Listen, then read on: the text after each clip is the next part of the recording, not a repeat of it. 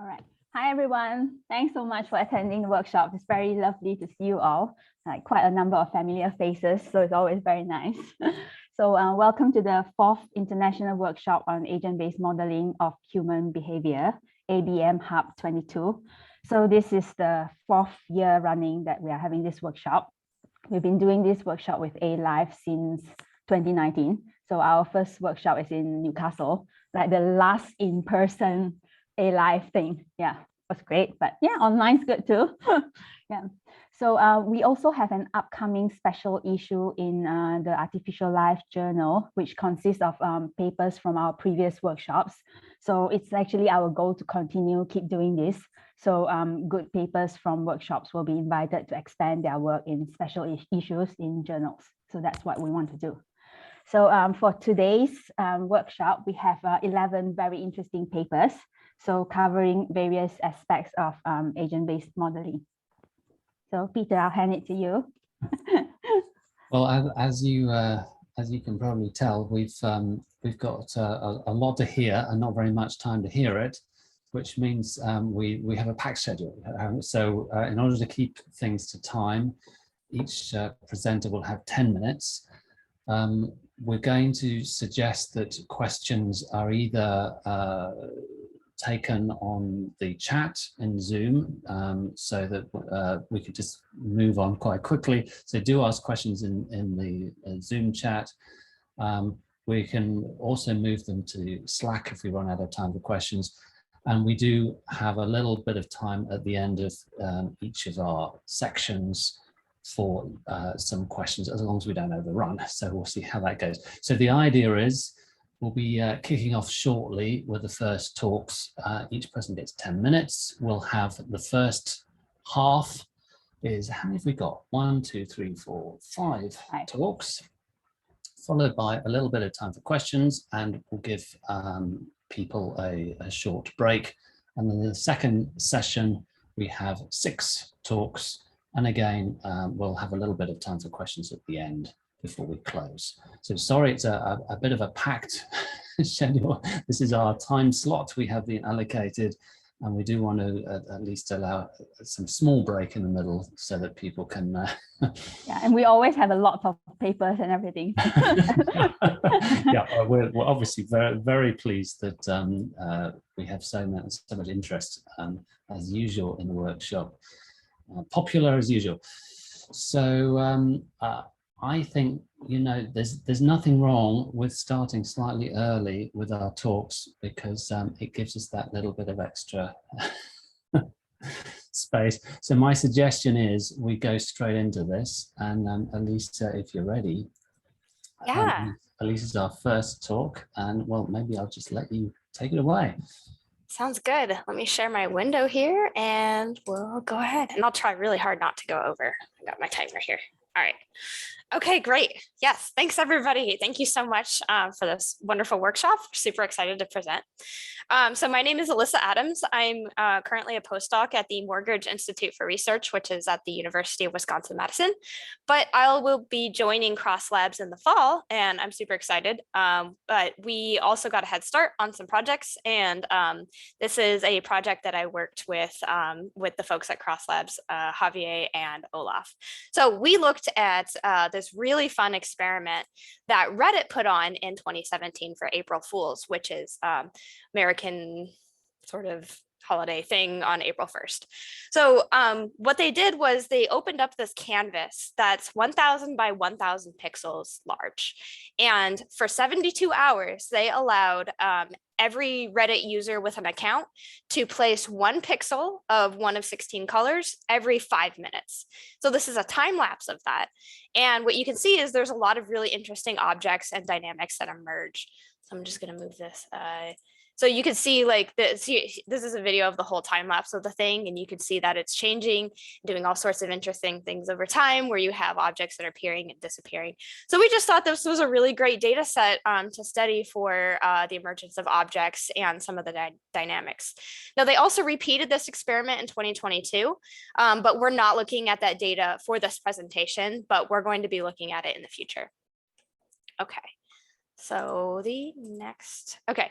So obviously we're interested in the question of like, how are objects emerging, right?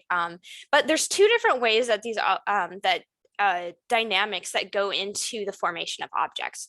So that's this idea of like, you're a user, you come in, you see some pixels that look either kind of random or it looks like kind of like an image, and then you place something like a pixel based on what the canvas looks like. But then there's also this externally coordinated efforts in these different subreddits or chat forums where you can coordinate with some people and be like, oh, we're going to go attack this pink logo, or we're going to go put our school logo like over here in this corner somewhere. And you can coordinate that way. So a lot of work has been done in studying this phenomenon a little bit in detail. So this great paper in 2021 talked about, the emergence of these objects as a bottom-up thing, and then also a top-down thing, which is something that we know a lot about emergence about, where it has these two sorts of dynamics. But they looked at the Mona Lisa static image and the subreddit that went with it called the Mona Lisa clan. And they looked at it in detail, and they identified 4 different phases that users use to coordinate in order to defend their territory and to continue this image. They also had some really great overall stats. So there was over 800 subreddit coordination efforts. They were involved in making over 1,500 images over the time of the canvas. And the final canvas image has 11 hand curated objects that you can find in a nice data set as well. And then there's this paper in 2017 that trained a model based off of social signals based on pixel placement alone without looking at the subreddits. And they trained this model to break out the canvas into object pieces. So saying like, this is where an object is. And you can see some of the results. So this is the actual canvas, and this is what their model predicted as segmenting it out, which looks pretty good. But what we were focused on is what counts as an object, like what actually is counting as an object. So we were inspired by this 2020 paper from David Krakauer and his colleagues about the information theory of individuality, meaning that individuals are these vague aggregates that preserve a measure of temporal integrity, or in other words, they propagate information from their into future states. So this allows us to think about images beyond just static images like the Mona Lisa. So like there's these dynamic images that are like the void, which is like this black spot that moves around the canvas. And then there's this blue corner that gets really big and then it comes small. And then there's all these country flags that get smaller and or like that very large, and they have all these great things. But I also want to show you this super fun example from the 2022 data set where you have this animation that's happening over time. So you've got like this gun guy, violent image, but you have him shooting this Fortnite symbol as sort of like an attack, like so like this could according to this 2020 paper from David Krakauer, this could be counted as an individual in the algorithmic sense.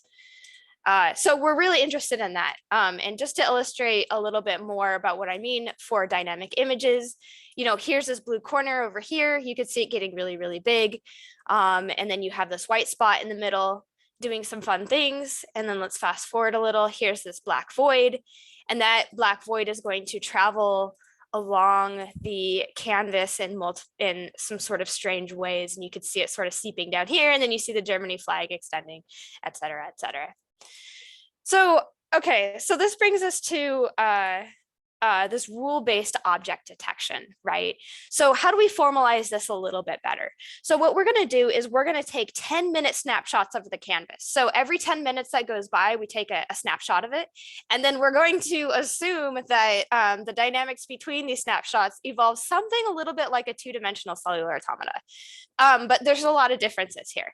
So typically when you hear cellular automata, there's this idea of a global rule that's not changing over time. But what we're assuming is that rules aren't global and they can change over time. And also we're considering rules as being like this neighborhood cell state transition. So where you think about like in a cellular automata, a rule is actually a collection of these neighborhood states into an outcome. We're thinking about rules as being like the individual pieces that make up what, you know, in cellular automata land is traditionally a collection of what we're calling rules. So for example, you have this, you know, white cell, its neighbors look like this. Here's an example rule where it's like, if this is what's happening, then just turn it pink. And then for the blue corner, you know, just the rule is basically just to take all the blue pixels and make them blue or keep them blue, no matter what color that they are. So we also know that like real human agents aren't like making decisions about where to place their pixels based off of cellular automata rules, of course. But what we're going to assume is like whatever rules that these agents are using, let's map these rules onto the center cell, local neighborhood, 2D CEA rules. And so what we're going to assume is that an object is going to be a collection of rules that aren't changing for a particular area of the canvas, even if that area can change over time. Okay, so our first question is, how many different rules are just being used over time? Like just for fun, like if I were to map whatever rules that these users are using onto these 2D CA rules, what's the histogram of what different kinds, like the histogram of different rules that are being used over time. So in this plot, we have rainbow is the time. So like red is like the start, and then all the way to blue is the end. And the thickness of the line is the number of pixels that are placed within that time period. And this is basically a histogram. And what you see is that at first, you know, not a lot of different rules are being used. But there seems to be this really interesting transition around the 200th snapshot. So you've got like this line, especially I think is really interesting around 200 and or 300. And what it's saying is you've got a larger concentration of rules because the whole curve is shifted this way. But after that, you can see that the curve, even if the actual rules that are being used are different, the curve itself isn't really changing that much. And then we thought, okay, well, let's repeat this whole thing, but instead of just using this kind of rule in coding, let's use a larger rule in coding. So like this bigger thing here. And what you see is the distribution of rules, even though it's the same dynamics, is going to look a little bit different. And you can especially see that difference in the later stages of the canvas. What I think is notable here is this very last purple line, where it's shifted a little bit more this way, meaning the concentration of it's concentrating itself on a smaller subset of rules, which makes a little bit of sense if the objects are starting to solidify and not change as much. And then we also wanted to understand, okay, so even if we are not able to pick out individual objects with this method yet, we do want to understand like how do these distributions relate to the predictability of the objects. So like, you know, how predictable are these objects just based on like the canvas actions alone without looking at how people are organizing themselves through subreddits.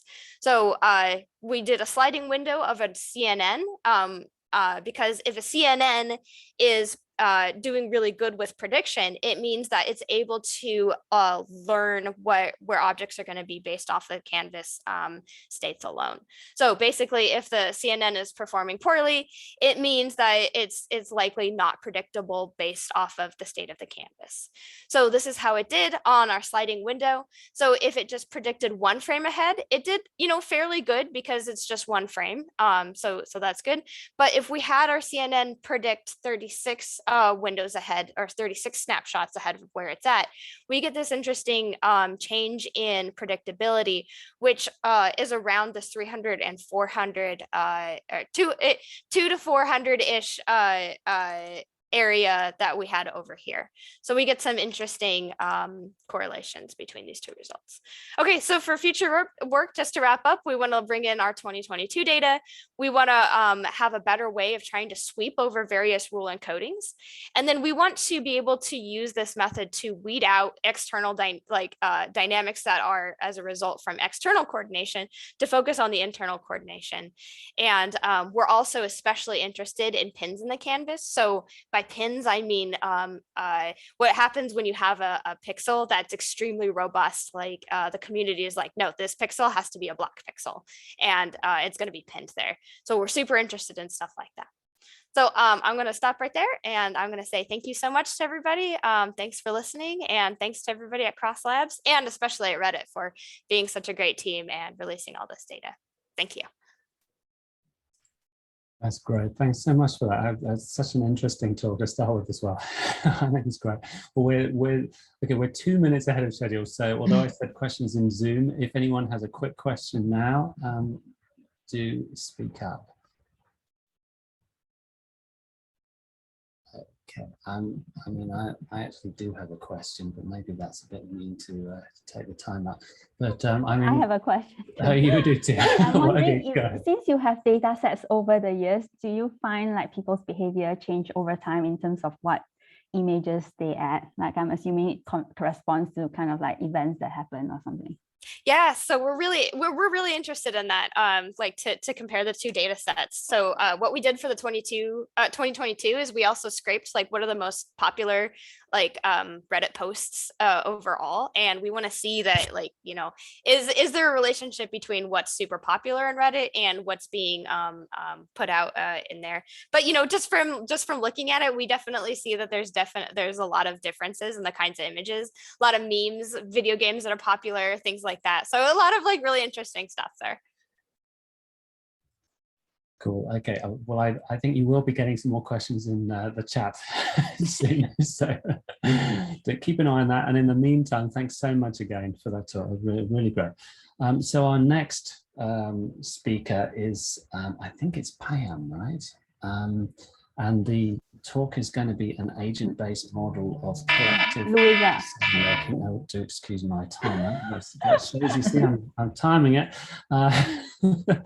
So we have an agent-based model of collective decision-making in correlated environments. And yes, I'm just. Oh, Louise, you're. Yes, can you hear me? Yes, we can. That's great. I'm getting a message that says I can't share my screen.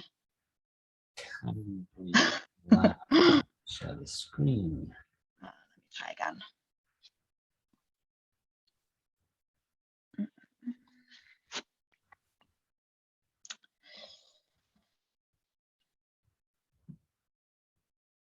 There we go. Yeah, that works. Okay, can you see it now?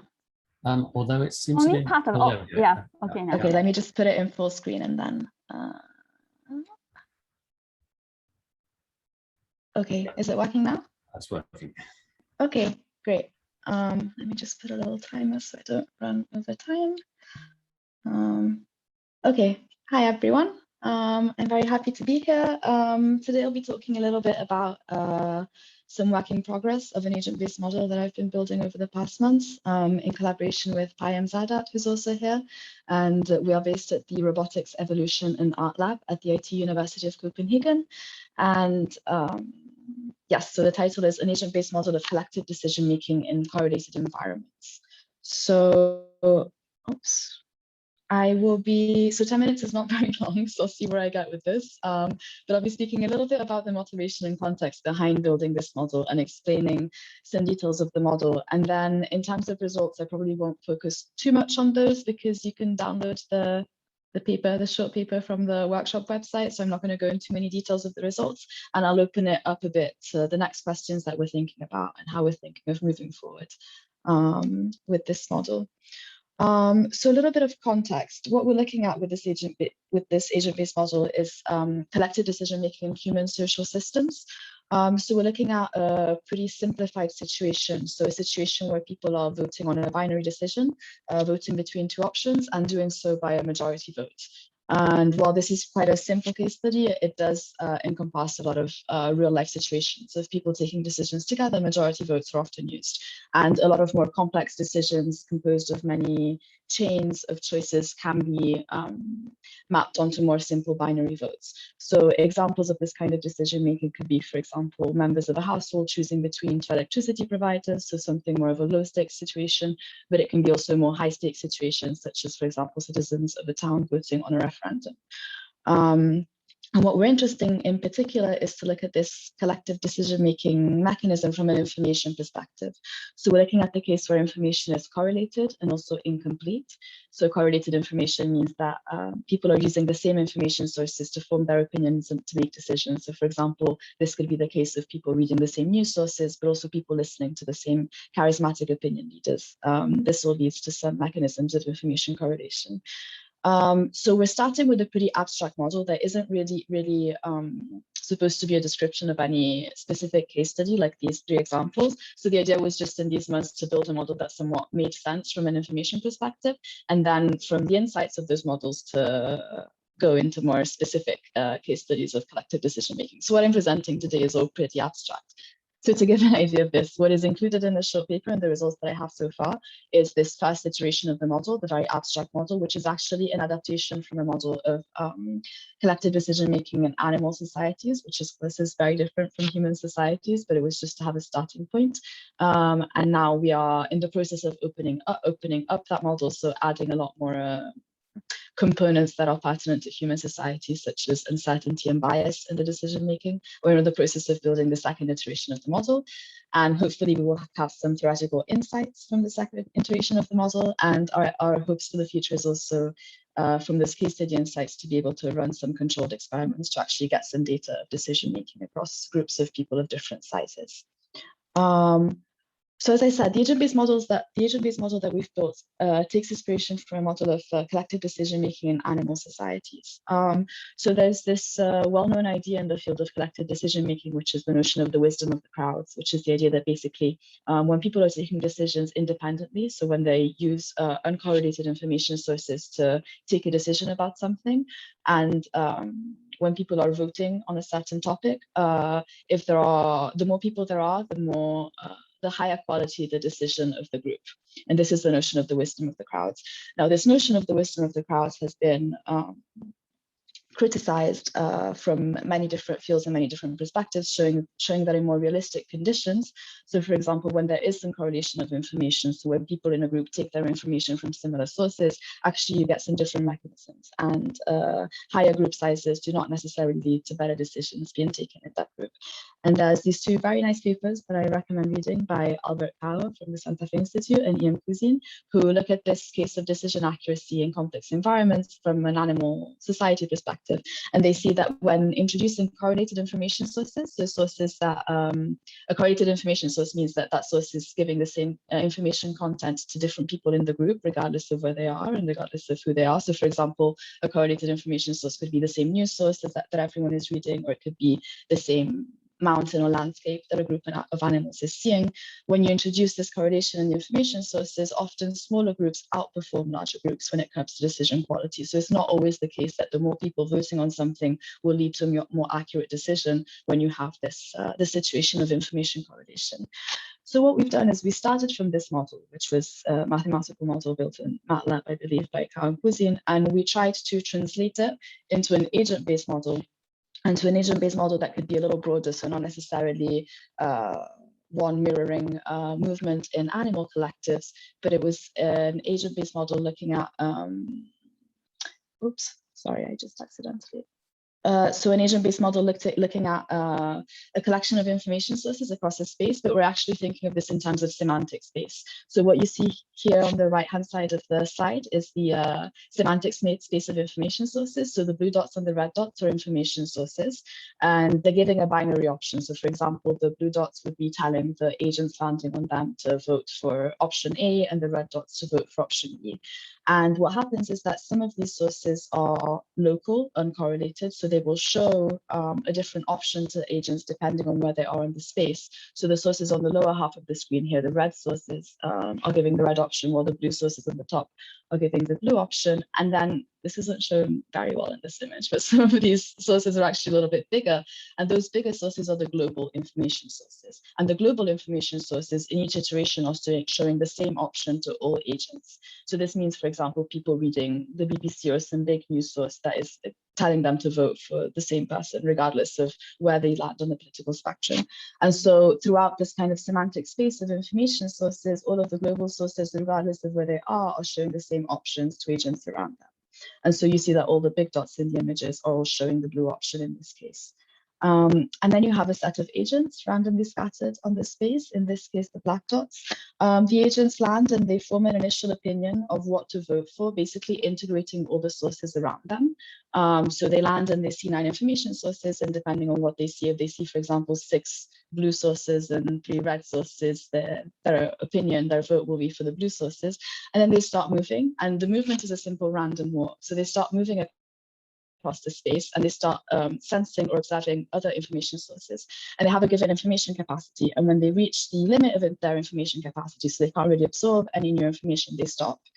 They form an opinion, integrating all the information sources that they've seen across their path, and then they take a collective vote altogether. So each with their individual opinion, they vote on which option to take. So in this case, blue versus red. So there's first an internal majority vote for the opinion information of the agents, and then there's a final majority vote taken by the collective. And so this was, yes, our first attempt to translate these ideas into an agent-based model. And basically what we're looking at is there's different environmental parameters and population parameters, but we're trying to break down this notion of collective decision-making under correlated environments into 2 components. The first one being how likely is the information environment to show the correct option under different degrees of correlation. So depending on how many correlated sources they are and how reliable are.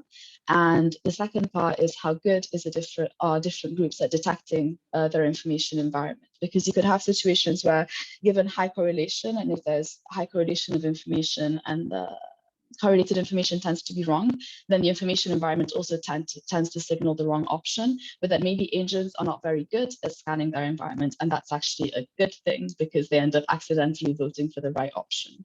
So we're interested in breaking it down into these 2 components of like what the information environment is showing, and then how good our agents are detecting that environment, to kind of think about the idea that sometimes having complete information of a system isn't necessarily the best way forward. So actually having some incomplete information and not seeing the system fully as it is if the system is not particularly good, can lead to a more accurate decision. So I don't have much time left. So as I said, I'm not actually going to go through the results because it took me so long to explain the models, but the results are all in the paper, which you can read and download from the workshop. So I just wanted to talk a little bit about where we are at right now with the model. So basically now we have this first iteration of the model running, which, as I said, is still very abstract. It's about just kind of agents observing some form of information, and it doesn't say much about actually what the information is or why the agents are doing it.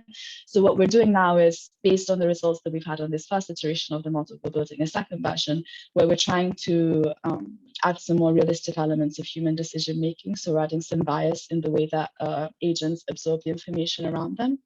And we're also adding some different levels of uncertainty and certainty to the information. So not all the information sources are the same, and some give more clear information while some give more uncertain information. And we're interested in exploring these dynamics about how decision quality scales with group size in situation where this information is incomplete, correlated, and also uncertain. Again, challenging this notion of the wisdom of the crowd, but also adding some nuance of, depending on what the information landscape looks like, different types of collective decision making could lead to better or worse results. And then we're thinking about different experiments that we can design to actually feed data into this model. So yes, I will stop here. Sorry, I just spoke very fast, but hopefully that was clear. It's great. Thanks so much. Yeah, I kind of feel that you could have another career as a rapper or something. Per minute you managed. Very impressive. Thank you. That's great. Well, I think you do have a question in the chat. So I don't know if you want to spend 30 seconds just looking at that. Basically, it's were any specific animals or species inspired you in particular? Yes, so the actual paper that we took inspiration from was looking at fish flock, I don't know if you say flocks of fish, but fish societies. Although they make an interesting point in that while different types of animal species will make decisions very differently, actually most of those decisions can be approximated by a majority rule. So even if animals don't have numerosity, so they're not actually counting votes and voting, a lot of the results of the way that they end up taking decision, if it's like through some threshold that it's being reached or some other rule-based system, it can all be approximated quite well onto a simple majority rule. Right. Okay, well, thanks so much. And I think it is time we move to our next speaker. Thanks again to Louisa. Okay, so the next paper, I believe, is Kevin going to be presenting this one? The paper is Emergent Communication for Coordination in Teams of Embodied Agents. And do we have our next speaker here? Come in. Right here. Is my microphone on? You're a little quiet, Kevin. I don't know if your microphone's a long way from your face or something. My microphone tends to be very low. Just give me a second. Is it better? Oh yeah, that's better. Good. All right.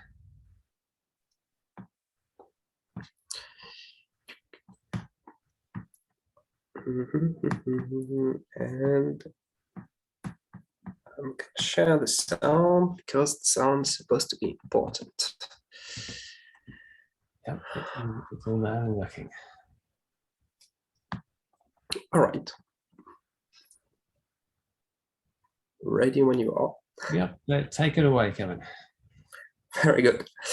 So good afternoon, everyone. I'm Kevin Gazan-Dubois. I'm going to present our work on emergent communication in a co-evolutionary context in which teams of embodied agents use emergent communication for coordination purposes. So I'm going to be, again, very brief. Most of the interesting ideas are in the paper, and I'm going to briefly summarize them. First, communication is an ubiquitous part of the biological and the artificial worlds. And in the artificial world, it has been the subject of a lot of research, investigating the origins of acoustic communication, for instance, or how we can mimic beeswax dances, how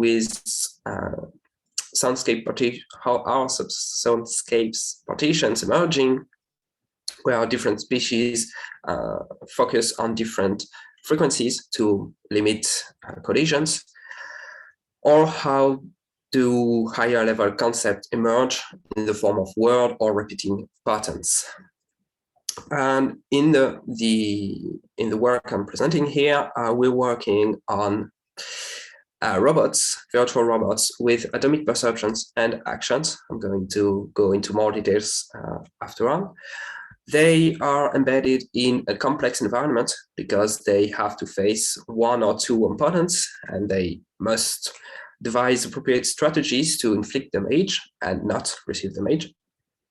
And we observed in some cases that structured vocalization emerges spontaneously without any explicit pressure to do so. So the creatures themselves are called splenoids because their main morphological components, everything besides the circle at the center, is derived from cubic basic curves. And as I said, they have primitive perceptions. They have a pair of eyes to perceive their environment through raycasting that retrieves red, green, and blue information and puts it on two one-dimensional retinas.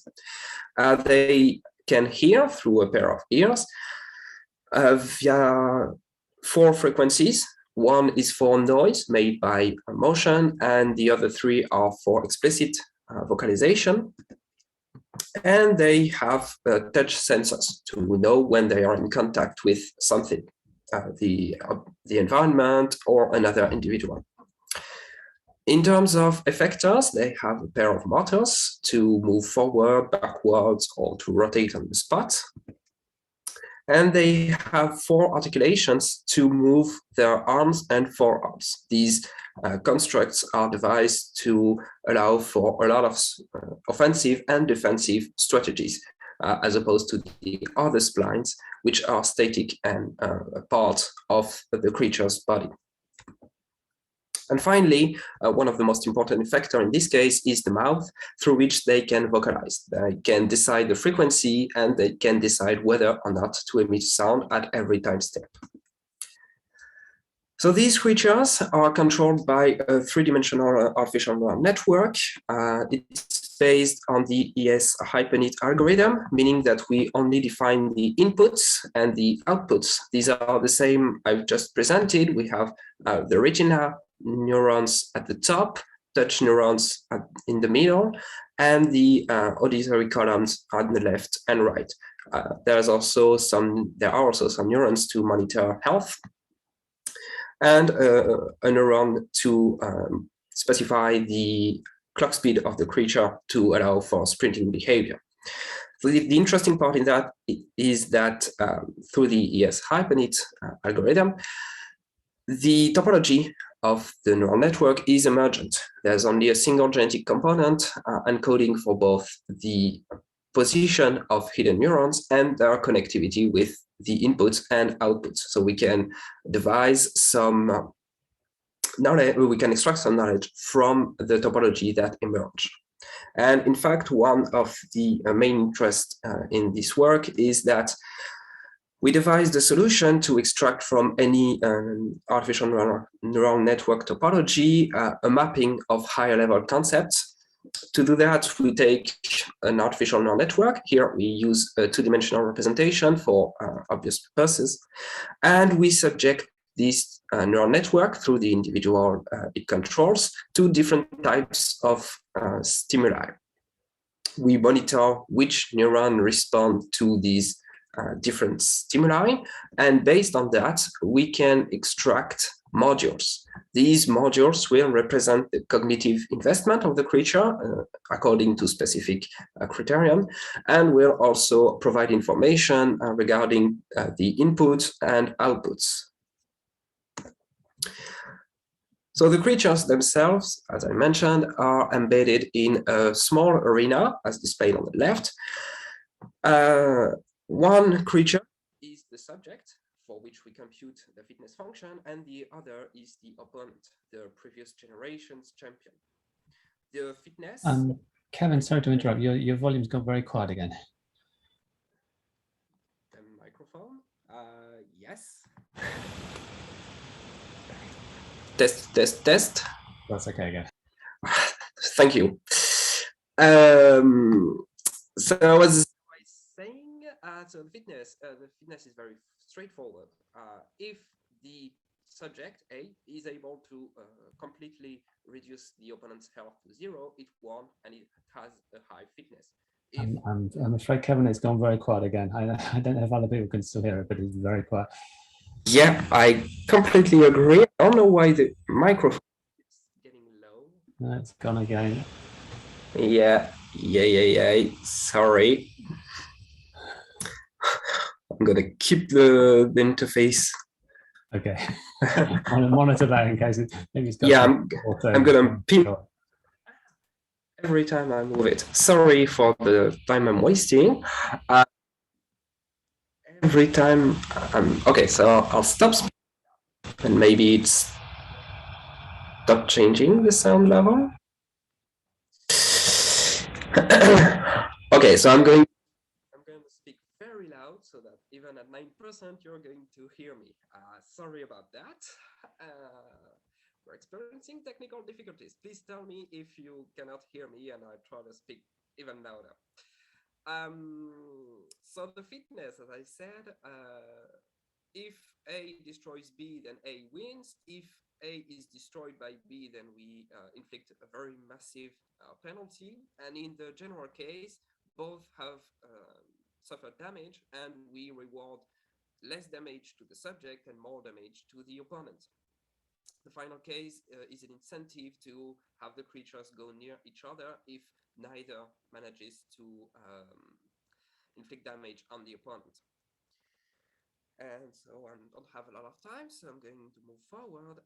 There are two variations we investigated with either tag teams, where in this case, both individuals are clones of the same genome and face a team of clones.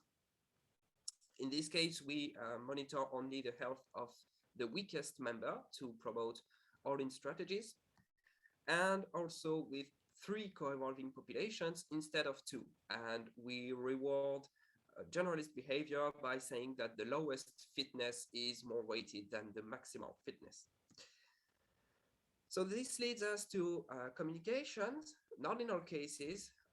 Some creatures, especially in the 1 versus 1 case, do not use vocalization much and find other strategies to damage the opponent, as can be seen here with the first individual blocking its opponent against the wall and hitting it with its arms.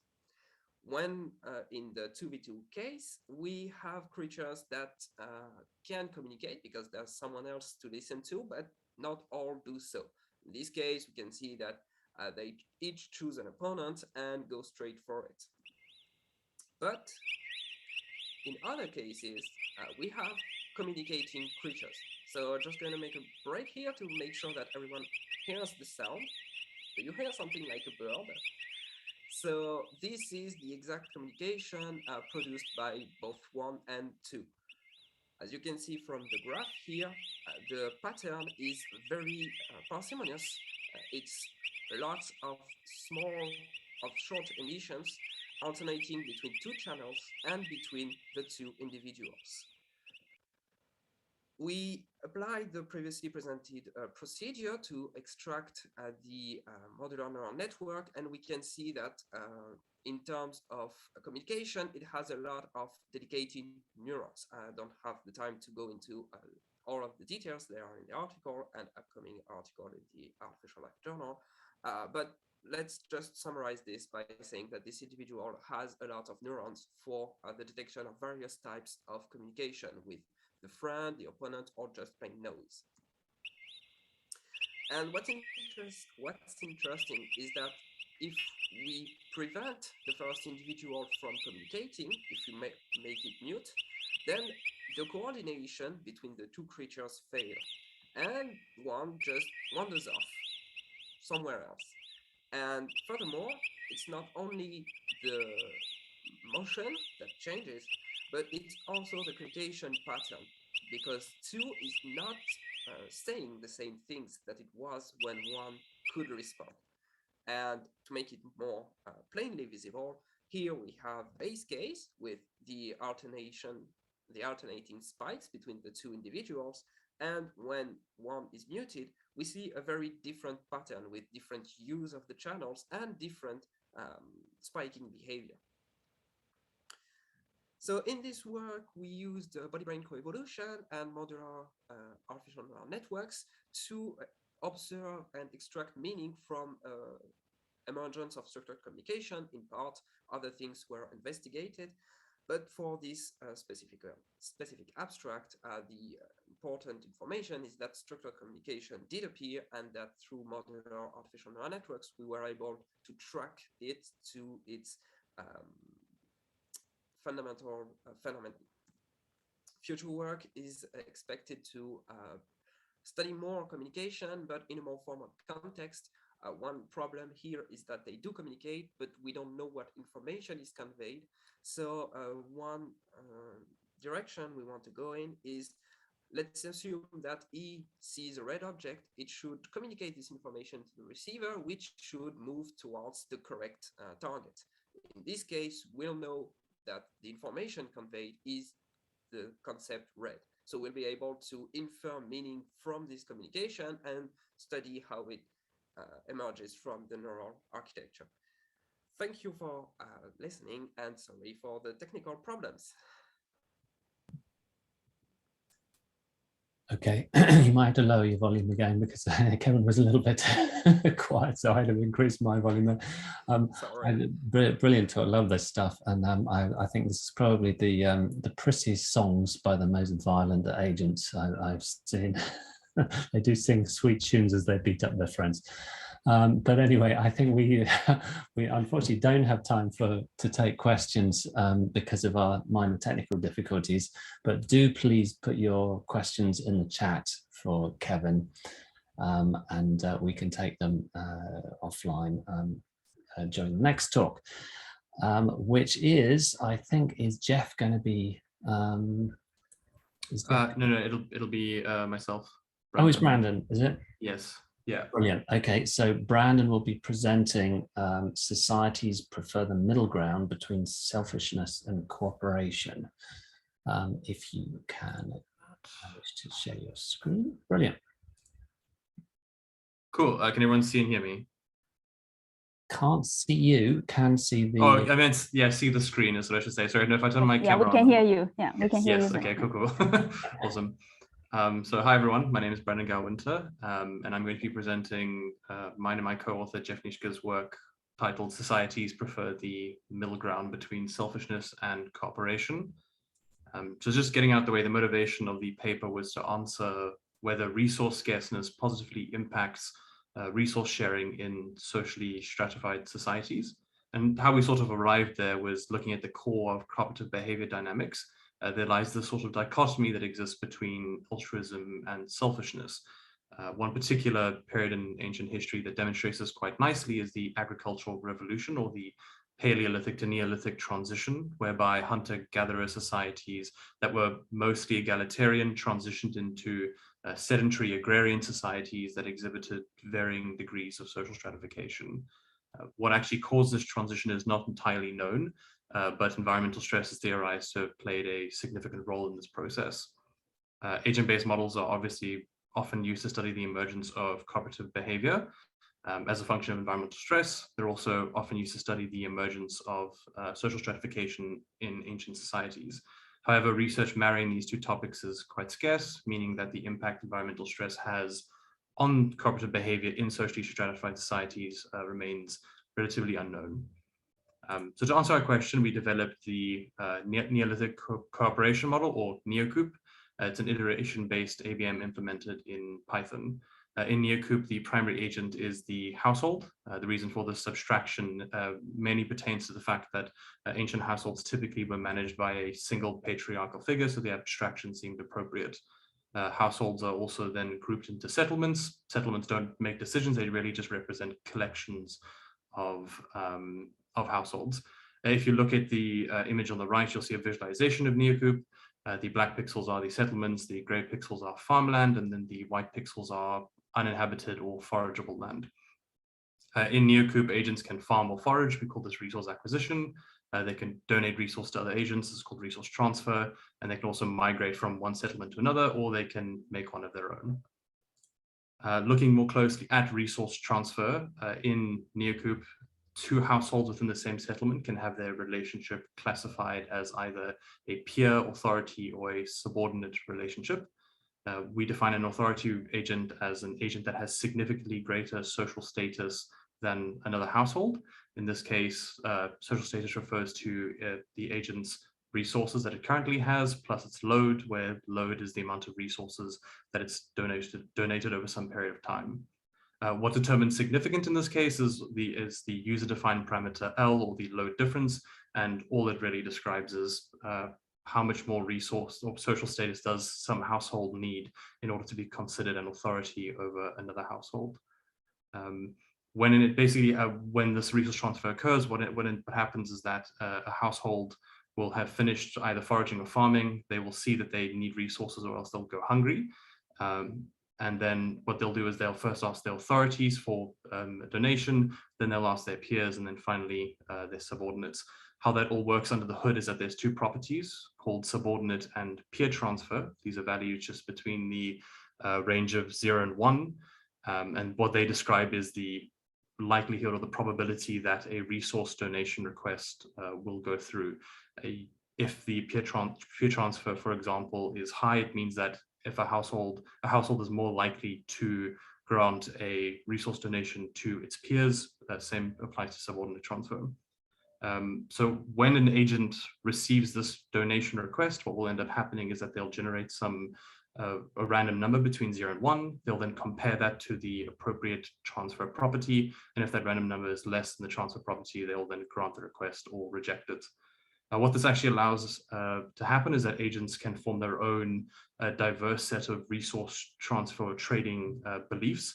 In fact, this allows for the emergence of agent archetypes. In fact, one can imagine that an altruistic agent will exhibit high subordinate and peer transfer, whereas a nepotistic agent, for example, might have high peer transfer but low subordinate transfer.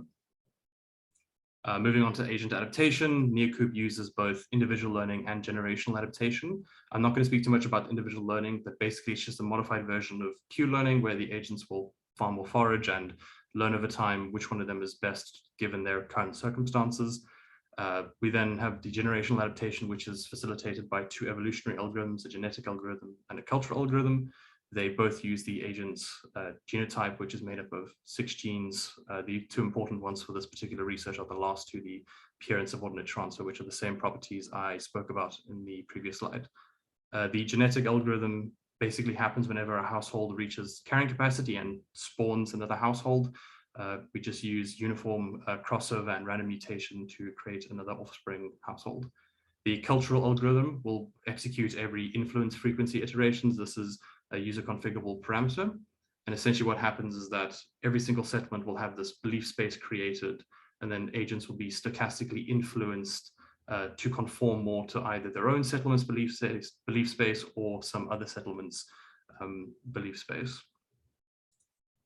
Looking at the experiment design and what the experiments will be conducted, we conducted scenario experimentation whereby we altered the amount of resources available to the agents over time. We did this by altering the amount of rain they received in accordance with sine waves of varying frequencies.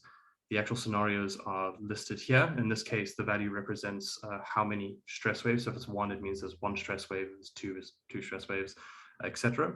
We also have 2 additional scenarios, which were special cases, the non-existent scenario where there's no environmental stress, and then the perpetual scenario where there's always environmental stress. Each simulation had 100 agents, 10 settlements, and each agent had their peer and subordinate transfer properties randomly assigned to some value between 0 and 1, sampled from a uniform distribution so that all agent representations would be accounted for. The model was run for 10,000 iterations, and we repeated this process 50 times for each scenario. Looking at our results, the first graph on the left here details the actual population of the agents over the course of a simulation run, the average population of agents over the course of a simulation run for all stress scenarios investigated. And what it shows to us is which scenarios were harsher or less harsh. In this case, you'll see that unsurprisingly, the no stress scenario was the least harsh and the perpetual one was the most. And then it basically went down in order. 1 was less harsh than 2, etc. Moving on to the other plots, you'll see that this tracks the evolution of the peer and subordinate transfer properties over time. These are just for 2 abstract randomly chosen scenarios, because what we actually found is that it appeared that not much evolution was actually occurring. In fact, across all the scenarios investigated, the agent's peer and subordinate transfer beliefs tended to always be within this 0.4 to 0.6 range. This is actually quite interesting result in and of itself, because if this wasn't the optimal range to be in, the agents would simply have just evolved out of it. And in fact, the sort of middle ground phenomena that we observed has actually been documented previously in scenarios where cooperative food storage is low and household storage efficiency is high, both of which are applicable in this case. The next thing we did is we looked at the distribution of the resource transfer beliefs. Over here, what we found when looking at them, because we saw that there wasn't much evolution, so we looked at what the underlying representation of the beliefs were, and what our results suggested is that higher frequency stress scenarios promoted diversity maintenance. And you can see here the 2 extremes. In the no stress environment on the left, the belief space was highly homogenized, whereas on the right, it was far more diverse. In our model, the reason why this actually occurs is due to population dispersal. What ends up happening is that a settlement will suffer from this environmental stress, and then if the resources are depleted, they'll disperse into, they'll basically split off into smaller settlements. And if this happens more frequently with more stress waves, what will end up happening is that basically more and more settlements will be created, and they'll have their own distinct cultural identities, which promote this cultural diversity of the resource trading preferences. So yeah, in conclusion, we sought to study whether resource scarceness positively impacted resource sharing in socially stratified societies. We developed an agent-based model called ABMHuB' to do that. We conducted scenario experimentation and varied the amount of environmental stress that these agents would receive, and studied the evolution of their resource trading behaviors. Our results indicated that neither extreme selfishness or altruism was desirable. And they also indicated that as the frequency of environmental stress increases, so agents maintain a more diverse set of resource transfer beliefs. Future work will look directly at different forms of resource storage efficiency, and also investigate different initial resource transfer belief distributions, which we have done at the time of speaking, and the results have looked quite promising. Thank you. Brilliant. Thanks so much, Brendan. That's a great tour. Again, let's please have questions in the chat. We'll have an opportunity for a little discussion after the final talk of this session. But we are moving on rapidly with time, so I think we better move straight to this last talk. And I don't know who's presenting this one. We have 3 authors. Yeah, that's me presenting. Oh, there we go, Leonard. Brilliant. Yeah. Okay, so this talk by Leonard is decentralized scheduling through an adaptive trading-based multi-agent system. Yeah, that's right. I hope you can all see and hear me, which seems to be the case. All right. Yeah, my name is Leonard Rieter from the LMU Munich, and yeah, the title of our work is Decentralized Scheduling through an Adaptive Trading-Based Multi-Agent System. And all right, it's working. After a short motivation and introduction, I will explain to you in part 1 the trading-based scheduling environment that we created for this work. And in the scheduling environment, agents of different architectures can be employed. And in experiment 1, we evaluate the performance of those different architectures. Whereas in part 2, those agents will be enabled to set the prices of the trading freely on their own, and we will evaluate how the resulting scheduling is influenced by the used reward function. So the topic of this work is the following: independent reinforcement learning agents autonomously decide how computation time is allocated. But with this comes a big problem, because with independently learning agents, collective irrationality can be caused by behaving individually rational. So for example, if party A computes on a computing core that B would need with higher priority, then A blocks this core from B, and A has also no incentive to change its behavior. But we modify the incentives by introducing the trading mechanism. So B can promise A reward payment for releasing the computational core. And this is done via an offer. And this offer is just a tuple of offered reward and time steps until payment. And yeah, that's the trading mechanism. So yeah, the environment is characterized by 3 main parameters. We have n many computational cores, n many reinforcement learning agents, each of which has k many job slots. So in total, n times k jobs are competing for n many cores. The reinforcement learning agents can engage in 2 modes of trading. The first one is trading with the auctioneer, and the auctioneer is just a neutral entity managing all currently idle cores. So a reinforcement learning agent can never own an idle core, so there's no strategic hoarding of resources. And this auctioneer just mechanically accepts the highest bids for those idle cores. But the agents can also engage in intra-agent trading. And this happens when an agent is currently computing on a core, and then it can accept an offer for this core, thereby releasing the core and getting a reward once the other party has finished this new job computing on the core. The jobs that are generated in those job slots of the individual agents have specific lengths and priorities according to the job type that the simulator can specify. And the higher the priority of a job, the higher is the reward that this job will generate upon termination. A short note to the used neural networks: they were trained using the PPO algorithm, and they were ordinary neural networks with one hidden layer. More details I can answer in the questions. So the actions of the agents. The actions are composed of two main parts. Part A is per currently owned core. The agent has to accept one or none of the observed offers directed to this core. And since the agent can, in theory, own all of the cores, so m many cores, we have potentially m dimensions for this action. And also the chosen action has to consider the job slots. And this is part B: per own job slot, choose one or none of the observed cores to make an offer to its owner. And since each agent owns k job slots, this equals to k dimensions in the action. So in total, we have m plus k dimensions.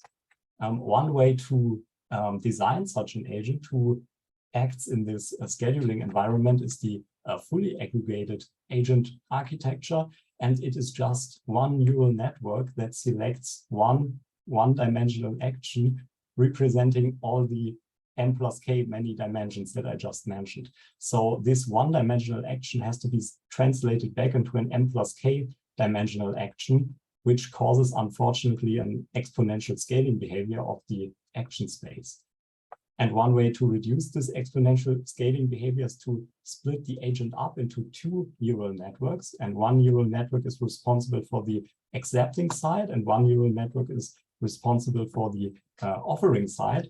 And that they are just semantically put together, but they are independent units, so to speak. So they issue two one-dimensional actions. And this is less exponential, but nevertheless still exponential scaling behavior, because this action has to be translated back into m many dimensions, respectively this action into k many dimensions. And one possibility to solve this whole issue is the distributed agent architecture, where we split the agent up into m many accepting units and into k many offering units. And thereby we can transform the exponential scaling behavior in a linear scaling behavior. But the disadvantage, obviously, is a higher overhead for maintaining all those neural networks. And one possible optimization is now to use local parameter sharing, where those m many accepting units train and share the same neural network parameters while still maintaining m independent batch memories. And the same can be applied to the k many offer units. In this experiment, we now compare the architecture of those we compare the performance of those agent architectures. And in this scenario, computational cores are very scarce because we have much more job slots than number of compute cores are available. And we have two job types. We have relatively frequent, long-running, low-priority jobs that block the compute cores, while rare, short, high-priority jobs want to be sent to the cores. And for an efficient allocation, the trading mechanism must be used. And we now compare the performance of those agent architectures by measuring if those agents can learn to prioritize higher priority jobs. In this diagram, we now see the average normalized turnaround time of the high priority job type. And we see that the distributed agent architecture causes the lowest average turnaround time for this high priority job type, which is a good thing. And also surprisingly, we see that the fully aggregated agent architecture beats the semi-aggregated agent architecture, although it has the larger action space. And the explanation we have for this is that this agent architecture learns to trade with itself and can swap its own job slots with its own cores in one action. And thereby it has an advantage over the semi-aggregated agent architecture. But if we scale this scenario up to 4 agents and 4 cores, and each agent having 3 slots, then this fully aggregated agent architecture is no longer available because the action space was in the trillions and not longer available for us. We see that the distributed agent architecture beats the semi-aggregated agent architecture. And we also see that the application of agent-wise parameter sharing yields another performance boost. Here comes the part with free price discovery. So the agents are now able to set the prices of the trades freely on their own, while before these prizes were given as a hyperparameter by me. Yeah. So we do this pre-price discovery by extending the offer units of the distributed architecture to enable them to set the prices freely. And to reward this price setting decision, we can use two motives. The commercial one is, and these pricing decisions only get a non-zero reward if the offer was accepted by the counterparty. So only accepted transactions will be rewarded. And the commercial one is that the lower the accepted price, the higher the reward for this price setting. That's an incentive to set the prices as low as barely acceptable by the counterparty, whereas in the non-commercial case, there is a constant reward as long as the price is not too high, meaning not higher than the priority. So there's an incentive for high prices, but not for too high prices. And in this scenario, we have three job types in ascending priority. And we see that in the commercial case and in the non-commercial case, the highest priority job type also gets the highest price. But we see that in the commercial case, the prices stick much more together, whereas in the non-commercial case, the prices spectrum is much more spread apart. We see that in both cases, the lowest priority job type has the highest turnaround time in those both diagrams. But we also see that the wider and more differentiated prices in the non-commercial case translate itself into faster adjustment and more differentiated turnaround times of the scheduling. So to conclude this whole presentation, we showed in part one that the distributed agent adapted the fastest and yielded the lowest turnaround times for high priority jobs, and that an additional performance boost was possible with agent-wise parameter sharing. This was due to the linear scaling of the action space, whereas in part two, we extended the distributed agent architecture to be able to set prices freely, and we saw that the reward function had a decisive influence on the pricing, where more differentiated price signals led to a faster adjustment of turnaround times. Yeah, thanks a lot for your attention. Thanks for listening. That's great. Thanks so much, Leonard. Okay, so we have now pretty much 11 minutes before the second session starts. I suggest those of you who need to take a break, please do so. But those of you who wish to hang around for these 11 minutes and ask some questions and have a little chat, then please also do that. So in the meantime, Leonard, while I've got you, can you tell me a bit more about the RL architecture that you used here?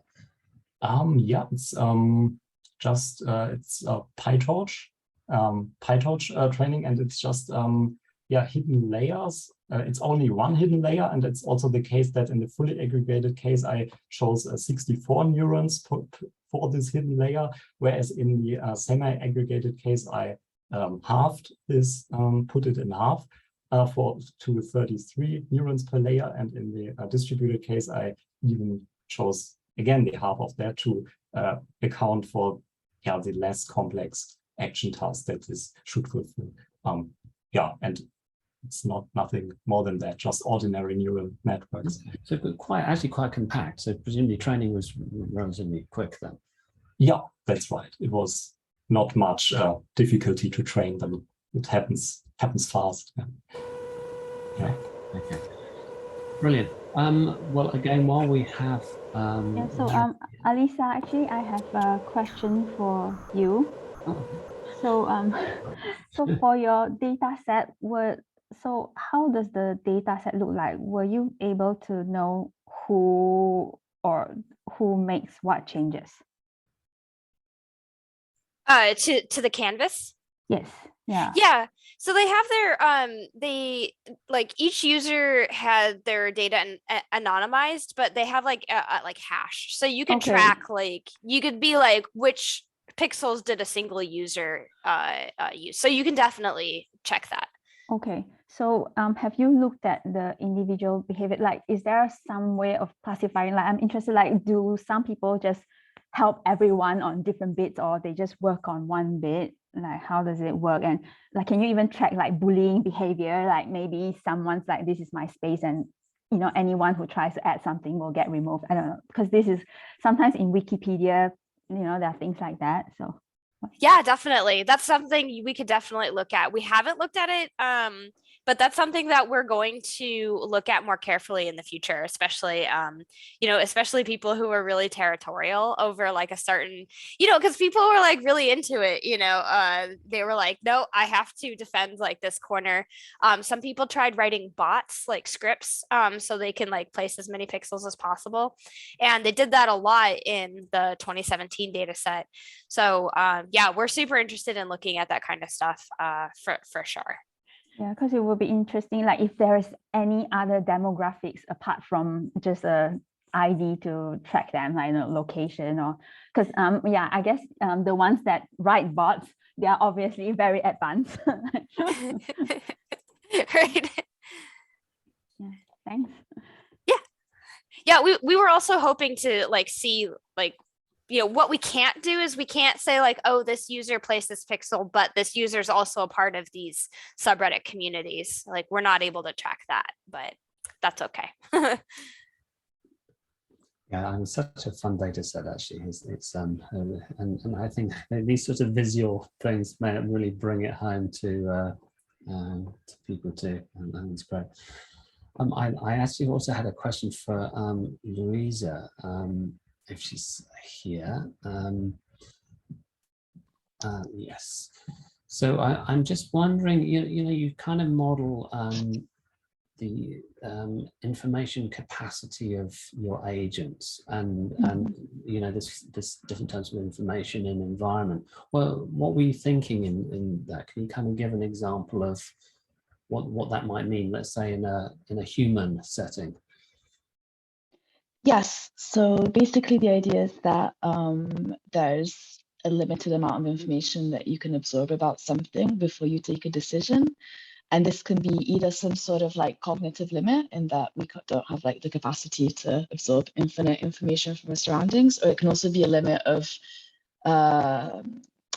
time or energy, in the sense where you get to the point where you've reached the limit of how much information you want to absorb about something before taking a decision. So usually you don't keep exploring information forever. You reach a point where you kind of reach a capacity in a certain sense. But we were thinking more in terms of cognitive capacity.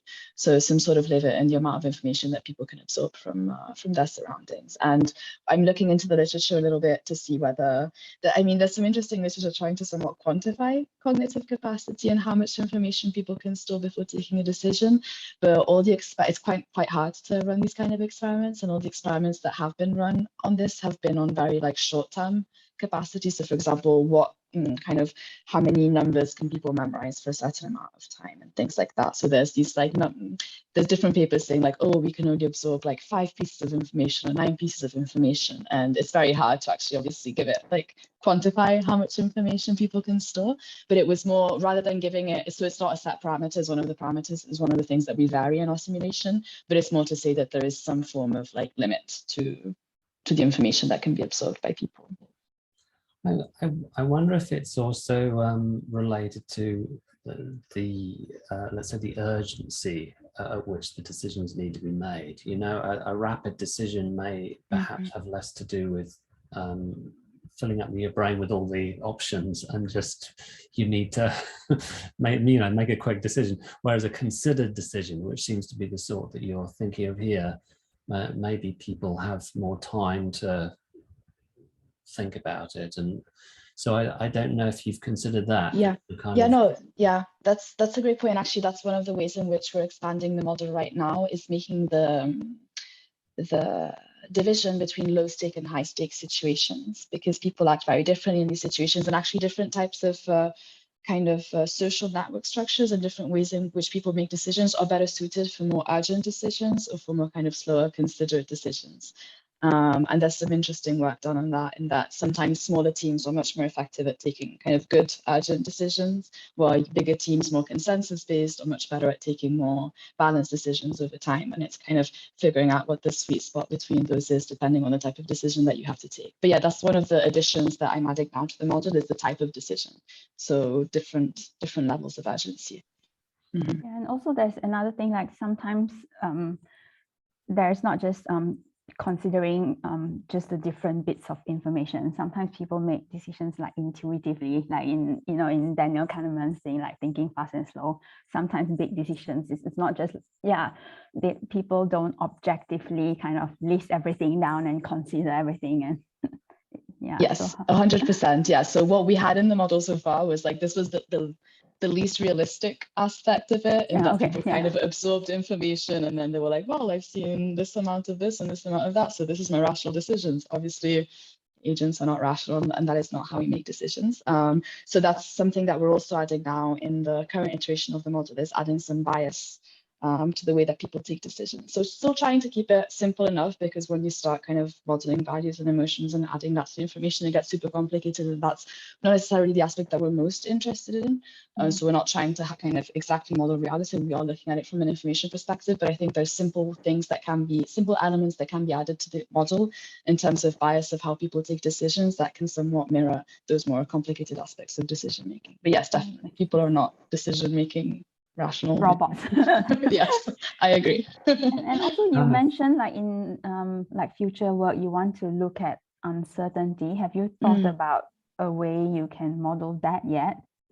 I am like right in the middle of thinking of it now. Okay. So actually, like... we have a paper, I think it's a 2018 ALife conference paper, where we specifically look at uncertainty. So we have quite a simple way to model that. Yeah, I think that might be helpful. Yes, could you put the name in the chat so I could? That would be great. Yeah.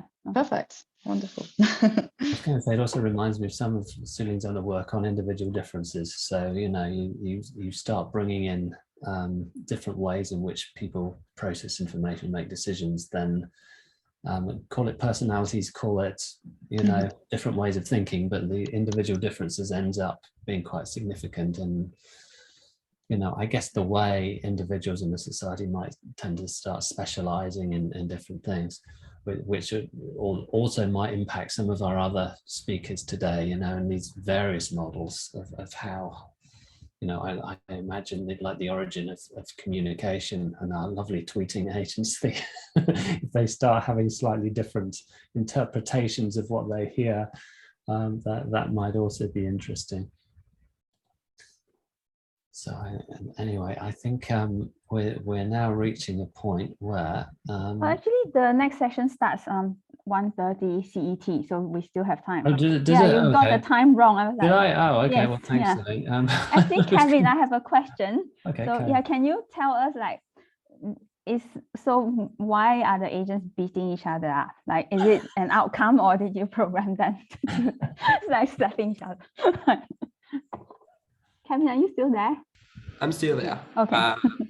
I hope the microphone is better now. Yeah, it is actually. Yes, they are forced to beat each other up. That's kind of all right. Basically, if you recall my previous work, in the previous year, the creatures were just circles, and it was great for them to move around and do stuff, but I wanted to work also on the morphological components. And one very good reason for them to have morphological components is to hit one another, so that structures can serve defensive and offensive purposes. And so, yeah, the fitness is just that. If you kill the opponent, you win. If the opponent kills you, you lose. And if you inflict more damage than you received, then that's quite something.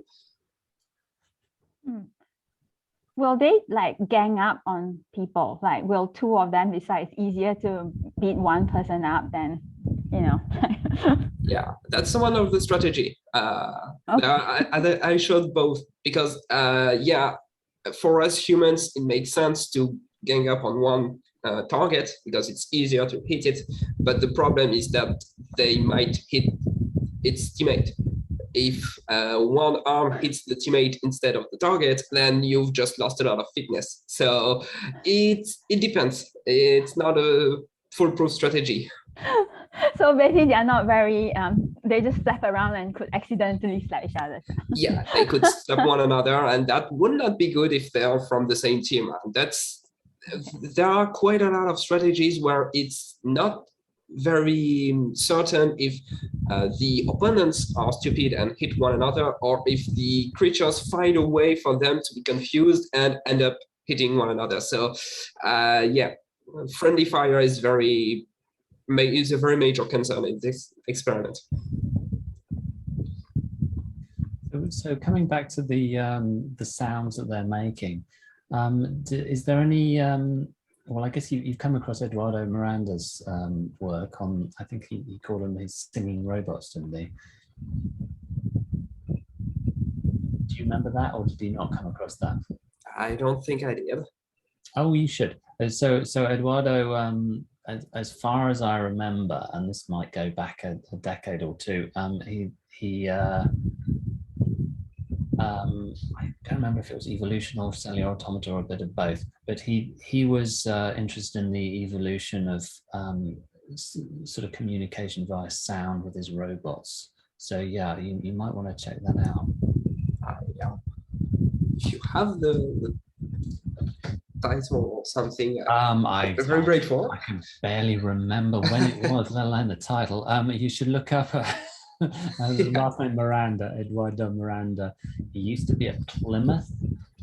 I'm sure Google Scholar will have all the answers you're looking for. But he got some publicity over his singing robots. I remember that. I'll have a look at it. Yeah, I think it might be relevant. I don't know how far he took that work, but it was certainly related to yours.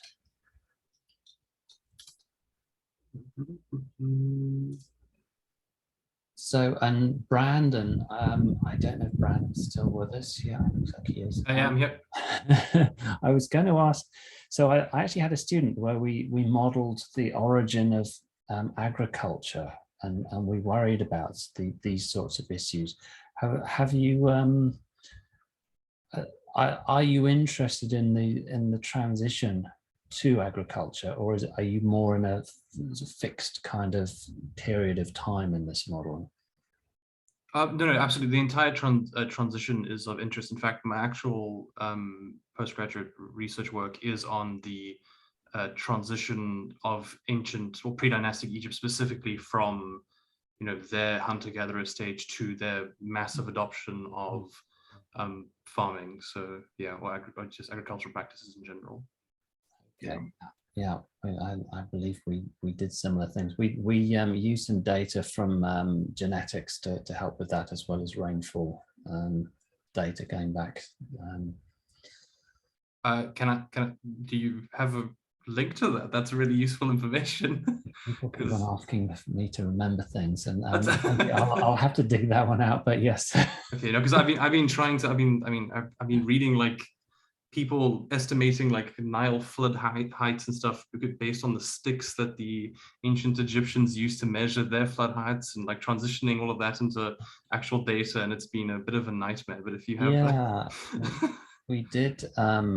Okay, let me just try and find that for you. Maybe other people ask some questions while I try and dig out that reference for you. I should know this one because we did actually write this paper, but give me a moment.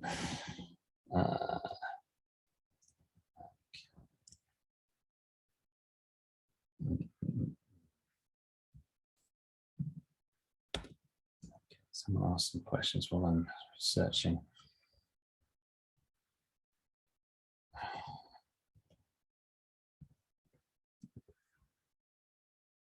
I can't remember what we made the title. So by the way, it's 5 minutes before the next session starts. So if you need to get more water or do stuff, yeah, you can feel free to do it now. I mean, seriously, I have a bad memory for papers. Okay, well.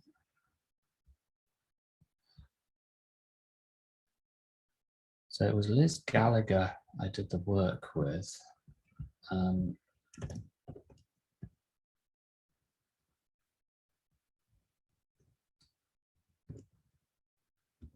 know, I don't know what I've done with the paper. Okay, I'm going to have to dig that out somewhere.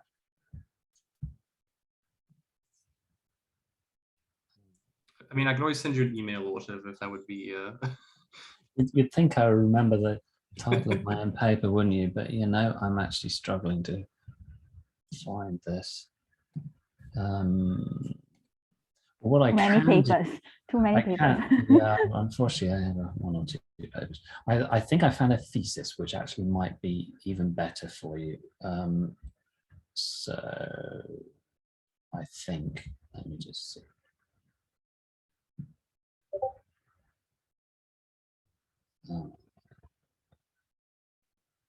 Yes, Liz is now at Nesta.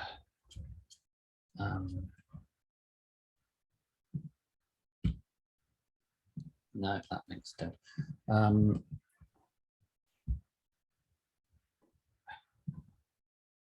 Wow, okay. I'm going to have to dig out the thesis from my own records. But is it the pain one? Oh, well, she did pain modeling before, so Okay, you know, yeah, because I found the supervised- pain ones. Yeah, I supervised her master's where we modeled pain, the perception of pain. But then for her PhD, we actually worked with a geneticist, and we modeled the origin of agriculture, or she did. And this was Mark Thomas, the geneticist, and myself. I've got a copy of the thesis, but obviously I'm not going to put that on chat. But so yeah, so get in touch, send me an email, and I can send you the thesis. I think. Awesome, thank you, will do.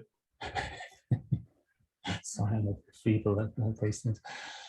So 2 minutes before the next session starts, if anyone wants to test their, you know, their like screen share and sound, please feel free to.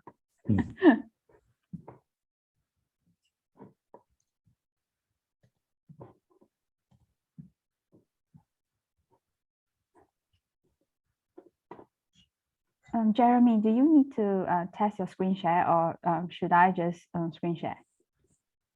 Jeremy, are you there? Oh, maybe someone's not break. Yeah, I'm stabbing buttons. Yes. Could I just have a quick go at sharing? Please do. Please do. Yeah. Okay. So, sorry, if I share the screen, yeah, does that show the slide? Does it? No. Let me try again. Sorry. Okay, I have to. Oh, so it's got to go for the screen broadcast.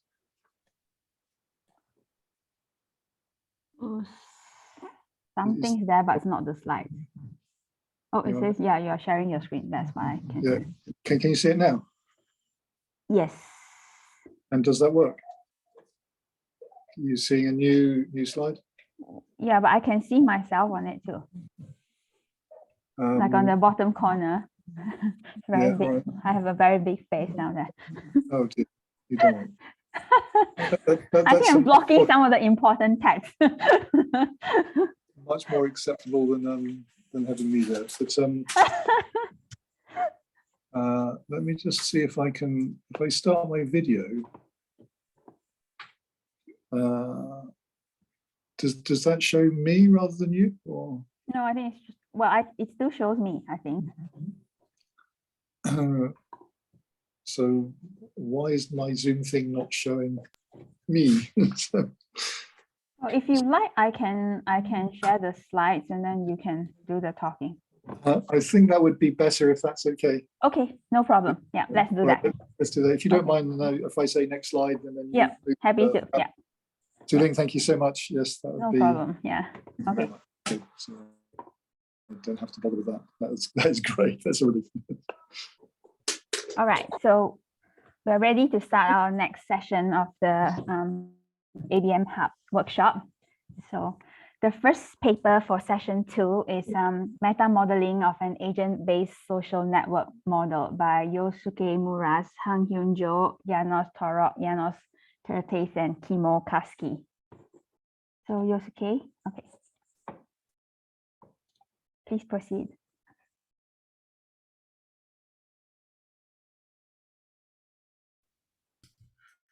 Can you hear me? Yes, now yes. Yes, okay. So let me start. I'm Yosuke Murase from Ling. Hi, and today I'm gonna talk about agent-based modeling of social networks. When we study social networks using agent-based models, models are often made as simple as possible in order to make it tractable and understandable. But when we want to get closer to the reality for engineering purpose, we have to make the model more complex to incorporate more realistic features. However, as the model gets complicated, we often encounter problems since the model gets extremely hard as the parameter space becomes high-dimensional. So this work is an attempt or trial to overcome such a challenge using machine learning technique. While this study is about social network modeling, the overall methodology is applicable to a wide range of agent-based models. Okay, so first I'd like to begin with empirical observations. So as you know, many kinds of empirical data on social networks are available, ranging from co-authorship networks to online communications. This figure is one of the well-known examples of social networks obtained from the records of mobile phone calls, where nodes represent users and links represent online communications. And understanding how and why such network is formed is the long-term our primary goal, since it is closely related to many social applications, from disease spreading to political movements. When analyzing the structural patterns of the social networks, we use mathematical models since they serve as references or benchmarks. Here we wish to classify the models into two categories, that is static models and the dynamic models. The static models constitute a family of models in which the links are randomly generated with some certain constraints. The most fundamental one is the L-Renyi random graph, which generates a random network under the constraint on the average degree. Other examples include the configuration model, exponential random graph model, and so on. Often these models are analytically solvable, so inferring the model parameters for an empirical network is straightforward. So these models often serve as null models to test hypotheses. On the other hand, dynamic models or agent-based models are models in which the network evolves as time. So this class includes Parabasial-Bart scale-free network model and weighted social network model. The model are defined by the rules on how nodes and links are created and deleted, mimicking the potential evolutionary process of social network process. By comparing the model with empirical data, we can get insight on how and why the observed networks have been generated. In other words, we can understand a relationship between microscopic time information process and macroscopic emergent network properties. While agent-based models have great potential, it also has difficulties compared to the static models. In general, ABMs are analytically unsolvable and computationally demanding, so ABMs are usually designed as simple as possible to identify the most important mechanism to explain the phenomena. However, simplistic models are not suitable for quantitative comparison and prediction. When models are extended to incorporate more realistic aspects, understanding their behavior becomes a formidable task, since the parameter space is high-dimensional and non-trivial interaction between the parameters may occur. Practically, we can sweep 2 or 3 parameters at most. We believe this is a common problem for various ABMs. In this work, we are going to overcome this difficulty by a large-scale computing and meta-modeling method. our idea is very, very simple. We conduct a massive number of simulations for various input parameters. The results of the simulations are then used as the training data of a deep learning regression model. Namely, we create a model that approximates the input-output relations of the simulation model, which is called a meta model or a surrogate model. Although a construction of meta model requires a lot of simulation runs, the regression model is very computationally efficient once it is developed. So it is useful for various purposes, such as understanding the model behavior, sensitivity analysis, and parameter tuning. By this approach, we are going to study an agent-based model beyond the simplest one. Next, I'm going to talk about the model. We are going to study the extended version of the weighted social network model. So let me briefly introduce the most basic version first. So this model considers an undirected weighted network of size n, and the links inside the network are updated by the three mechanisms. The first one is local attachment, the second one is global attachment, and node relation. Local attachment is a model for triadic closure, so it connects nodes sharing common friends, considering the link weights. Global attachment is a kind of random link attachment process, and node deletion is a mechanism to delete links. This movie shows a typical time evolution of this model. So starting from an initial state, each node is first connected to a randomly selected node by a global attachment mechanism. And after several time steps, they start to form small communities which are densely connected by local attachments. After sufficiently long time step, communities spontaneously emerge, and the network gets a similar characteristic to the empirical networks. Starting from this most basic model, several extensions to this model have been proposed.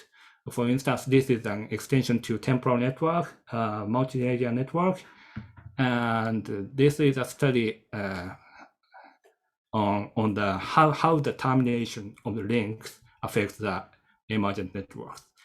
And this is a study about homophily effect on the network.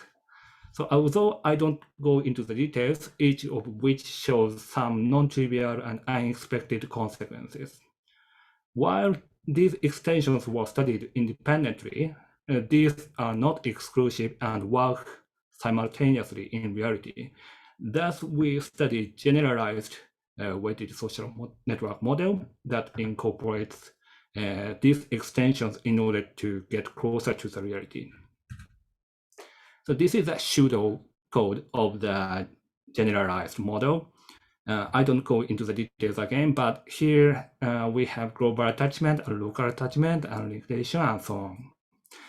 And this table summarizes the input parameters for the model. As you see, the model has 10 parameters in total. Because it shows a highly non-linear and non-trivial dependency on these parameters, it is not easy to fully explore the parameter space. And thus, we used a meta-modeling approach. We conducted about 500,000 simulation runs, changing input parameters using a supercomputer. Then, using these results as training data, we developed a regression model using multi-layer perceptron. After getting a meta model, we can predict the outcome for unknown input parameters quite efficiently. And this is a result of regressions. This plot shows the average degree as a function of p delta, which is the parameter characterizing triadic closure. And when the rest of the 9 parameters are fixed at certain points, the dots are simulation outputs, while the dashed curves are the meta model prediction. It shows that the meta model prediction reproduces simulation outputs pretty well. The same kind of meta models are developed for other network quantities such as associativity, link weight, and clustering coefficient, and so on. As shown in this figure, this meta model reproduces the simulation results very nicely, even when it shows nonlinear and non-monotonic behaviors.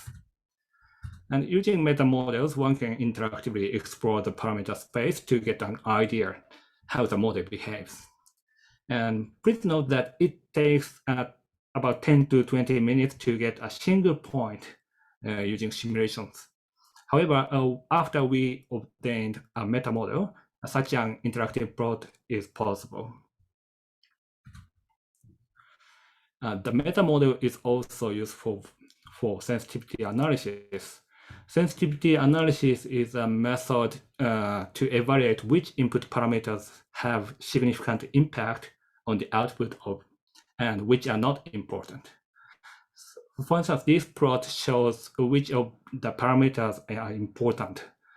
The average degree is quite sensitive against this parameter P delta, while it is insensitive against the network size N. So we can safely simplify the model. To conclude, in this study, we studied the social network formation using an agent-based model, which incorporates several realistic extensions.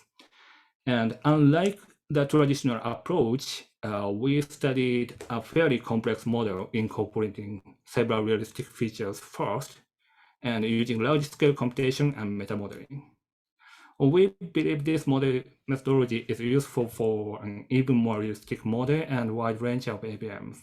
And in future, we would like to put all the potential mechanisms into a single model and let computers find something interesting from the model.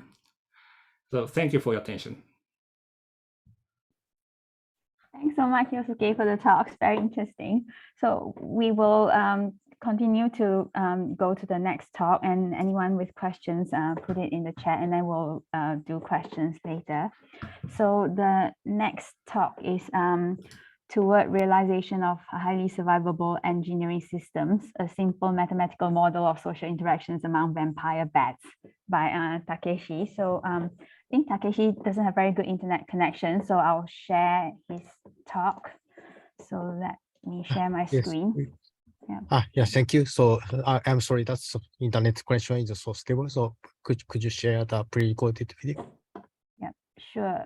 Can everyone see this and hear it? Yes. Hello, yes. I'm Takeshi Kano from Tohoku University. Today I will talk with this title. Let me begin with the background. Collective behavior of living organisms are often found in nature, such as schooling of fish and flocking of birds. In these systems, individuals survive as a collective under harsh environments. Inspired by this ability of swarms, so swarm robotic systems in which macroscopic functions emerges from interaction of multiple agents have been developed in engineering field. For designing swarm systems, so altruistic behavior is one of the keys to enhance survivability of swarms. And this shows one of the example. So this video shows the ants facing the gap. As you can see, so some of the ants form bridges so that other ants can pass through the gap. Such kind of altruistic behaviors are often found in many systems. And however, control principle underlying high survivability emerging from altruistic behavior is still largely unclear. To address this issue, we focus on vampire bats. This is the photograph of vampire bats, and vampire bats die within 3 days if food is available. However, they live as a collective, and they develop a highly sophisticated social community. Then, so they can survive for over 10 years by sharing food with each other like this.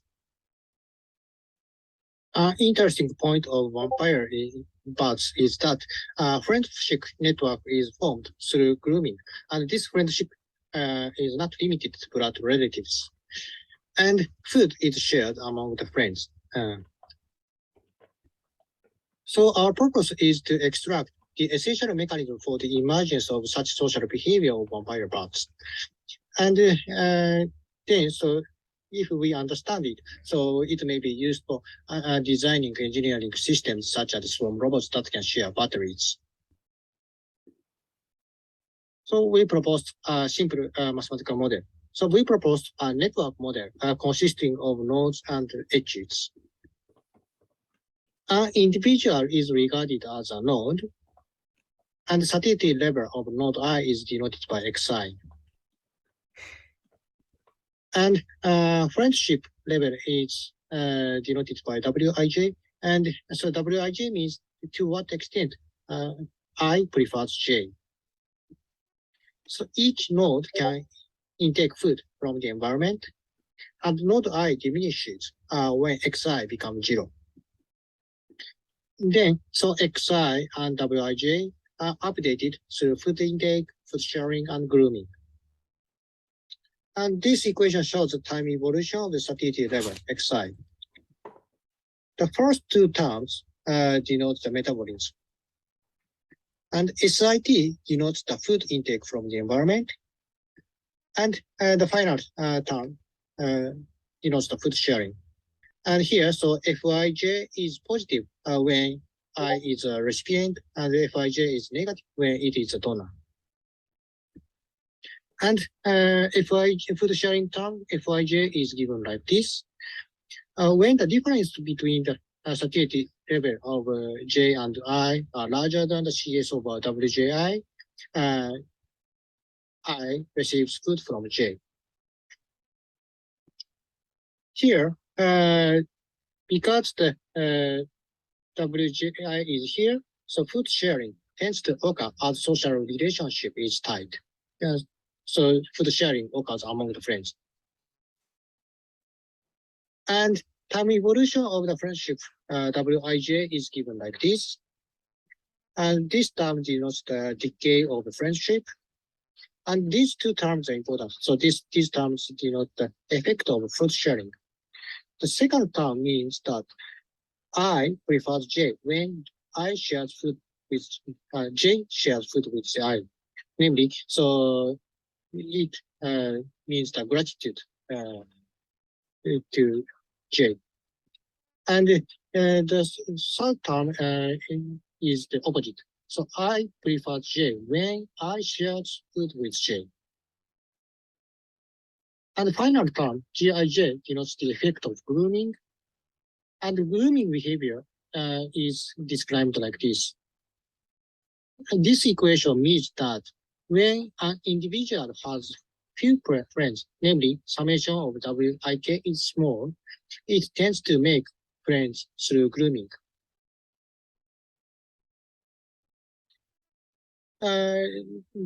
Then so we performed a simulation of the proposed model. The motivation of the simulation is to understand what kind of strategy leads to high survivability of an entire system under various food environments. So we performed simulation with 20 nodes. And for simplicity, so we assumed that 4 nodes can intake food at a constant rate, A, while the other 16 nodes cannot intake food from the environment. Then parameter A and C3 and C3 prime are changed while other parameters fixed. And this is the simulation results. This table shows the number of survived agents averaged over 10 trials. The upper row is the case of enough food, namely A equals 10, and the lower row is the case of starving, namely so A is 1. When C3, both C3 and C3 prime are 0, and when C3 is 1 and C3 prime is 0, survivability was low under starving condition, although all agents survived in the case of enough food. When both C3 and C3 prime are 1, survivability was low. When C3 and when C3 is 0 and C3 prime are 1, survivability was high under both inner food condition and starving condition. So what is happening in this case?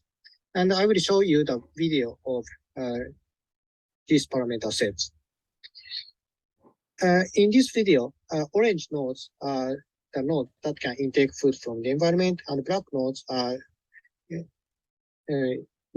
agents which cannot intake food from the environment. And the size of the nodes denote the satiety level xi, and the width of the edges denote the wij.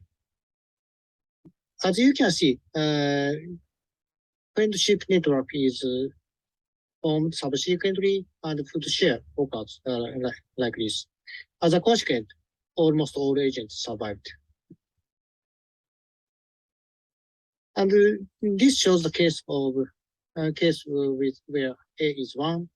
And in this case,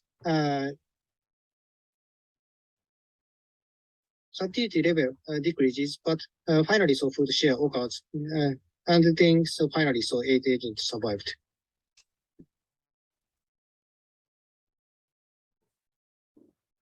To understand this in more detail, so I will explain what is happening in when so C3 is 0 and C3 prime is 1 with the analogy of human society. Suppose that human A can intake food from the environment, namely, so this is the orange node, and person B and C cannot intake food from the environment, namely, so these guys means black nodes. And then, so person A gives food to person B, and then so A prefers B, namely, so friendship network is formed. Then next, so person B shared food with person C, and then person B prefers person C. And so in this way, so food sharing network expands subsequently as far as possible. So this is a slide shows summary and future works. So we focus on altruistic behavior of Firebat and proposed a simple network model. So we demonstrated through simulations that survivability increases when C3 prime is large and C3 is small. In future, so we'd like to analyze in more detail, and we'd like to apply this algorithm to engineering systems. Thank you very much for your kind attention. Let me stop the screen share. So we will proceed to the third talk. So again, put questions in the chat and then we can address them later. So the third talk for this session is the effect of network connectivity on exploration and exploitation during decentralized collective learning. So the talks by the works by Ling and Roland.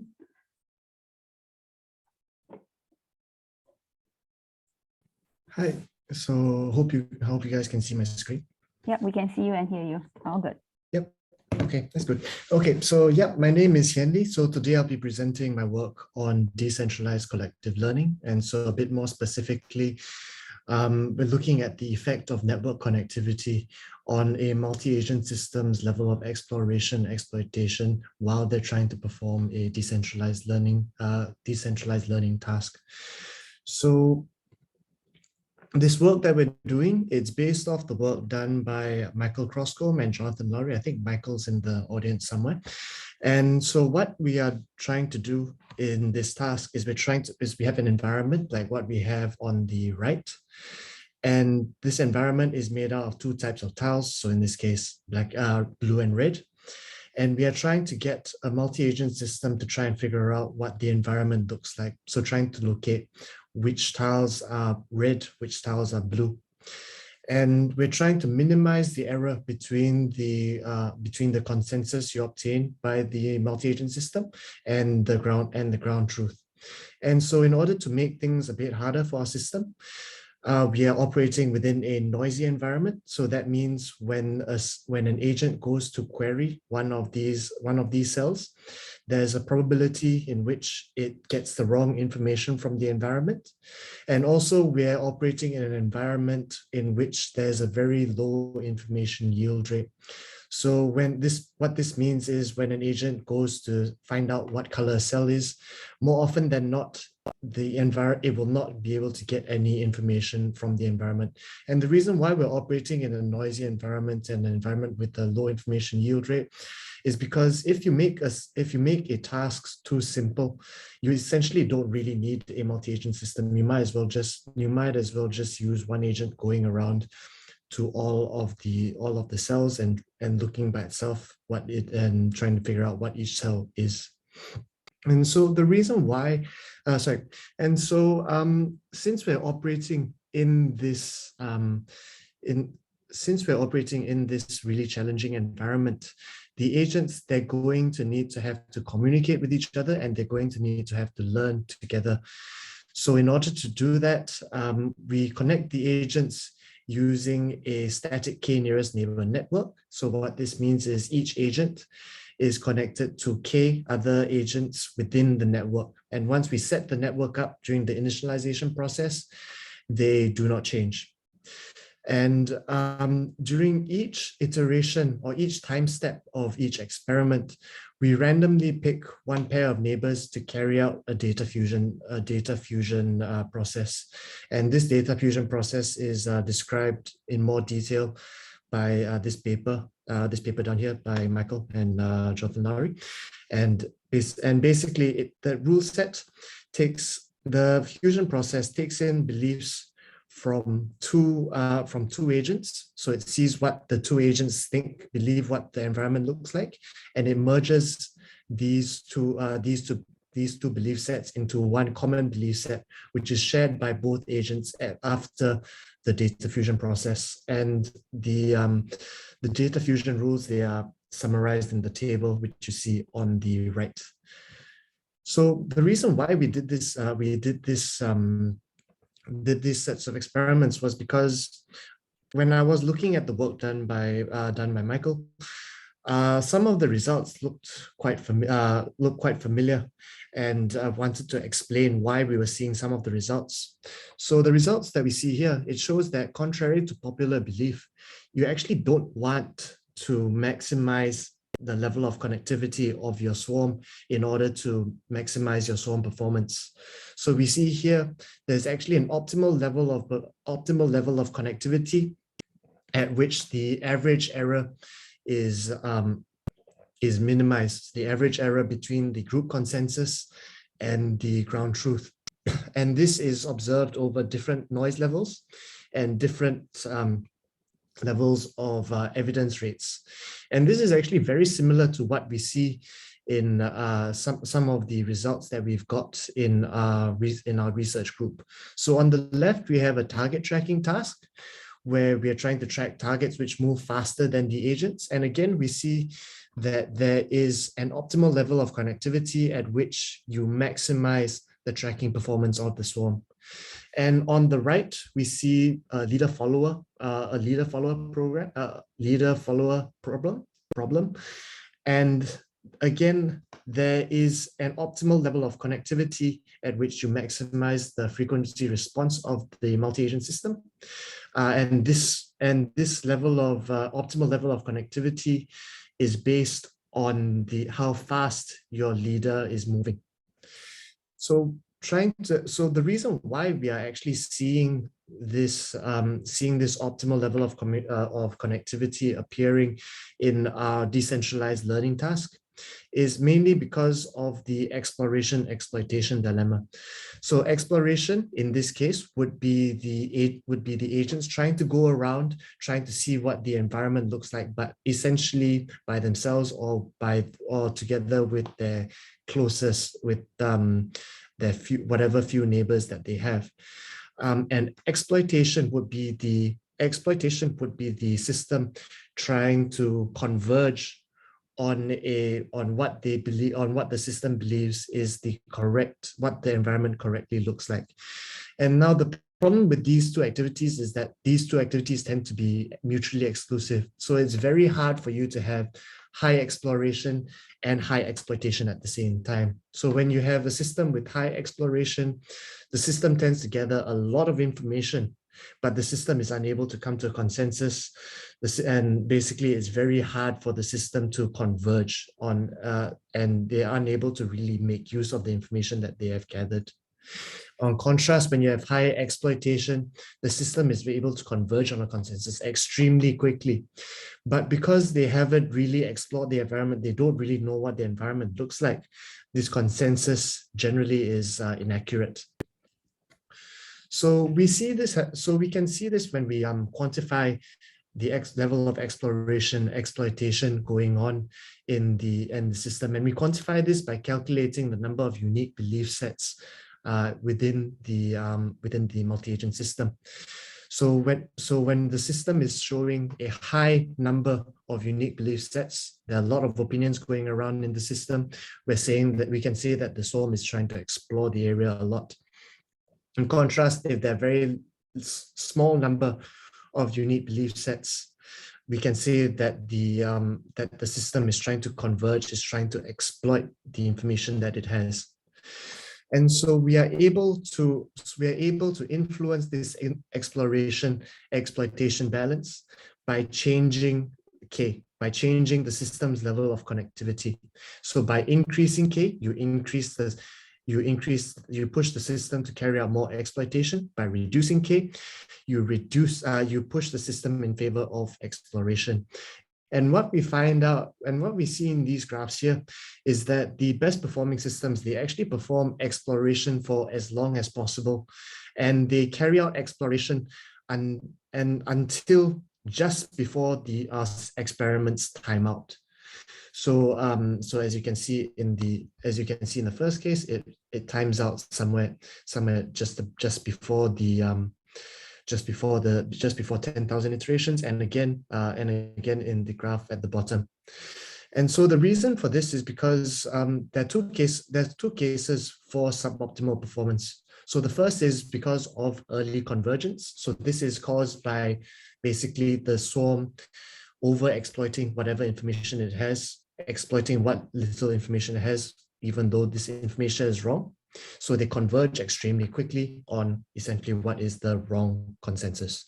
And the second reason is because the system is over exploring the environment. And so because of this, it's unable to really make use of this. It's unable to really narrow down what the environment looks like. And it's unable to come to the consensus. Simulation times out, the experiment times out, and the whole error is quite high. So yeah, so a summary of the work that we have done. So we've shown that there's actually an optimal level of exploitation at which you can minimize the consensus error of your multi-agent system, and this depends on several factors. So like what we've seen previously, depends on the noise, amount of noise present in your environment, and also depends on the information rate. So how often the system is able to get information from the environment. And also we've seen that we are able to tune this exploitation balance of the system to attain this optimum by changing a system's level of connectivity. So reducing level of connectivity, you increase exploration, increase level of connectivity, you increase exploitation.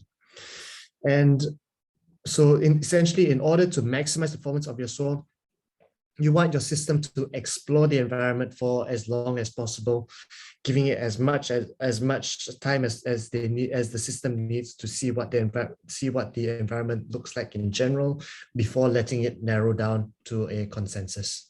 So yeah, that's all I have for you today. Thank you very much for listening. Thanks very much, Ling. Very interesting. So the next talk is the probability distribution of the number of equilibria in random replicator mutator equations for social dilemmas by Man Hong Dong and Dae-An Han. I will start sharing my screen. Can you hear me, by the way? Yes, we can hear you. And can you screen see share, the screen? Yes. Okay, I will make it full screen. Okay, so thanks the organizer for giving me the opportunity to talk in this very interesting conference. So I am Hồng Dương. I am from the University of Birmingham. Today I will talk about joint work with Thế Anh on the random replicator and mutation equations. So I will introduce you the replicator and mutator equation. So this is a fundamental equation in evolutionary and populational dynamics. So here we considered a well-mixed populations that consist of n phenotype or strategies. And this equation will characterize the evolution of the frequencies of the strategies. The evolution will be driven by both selection and mutation. So this is a set of coupled ordinary differential equation given by this. So the time derivative of xi is given by this formula. So on the right hand side, xi is the frequency of the strategy I, and fi is the fitness of the strategy I. The fitness will be often an average payoff when the strategy I interacting with all other strategies. So qji is the probability that a player using strategy J train to each strategy, to strategy I. And the F bar here is the average fitness of populations. So this equation taking into account both selection and mutation. It reflects that if a strategy have better fitness than the average of the population, then it will increase.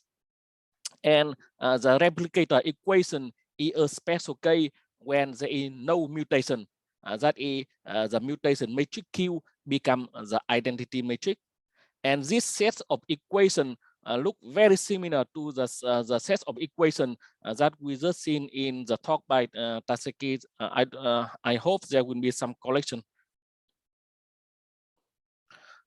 So this is a fundamental equation in biology, but it has many applications in other fields. For instance, in population genetic, in autocatalytic reaction network, in the study of evolution of languages, and also in the evolution of cooperation.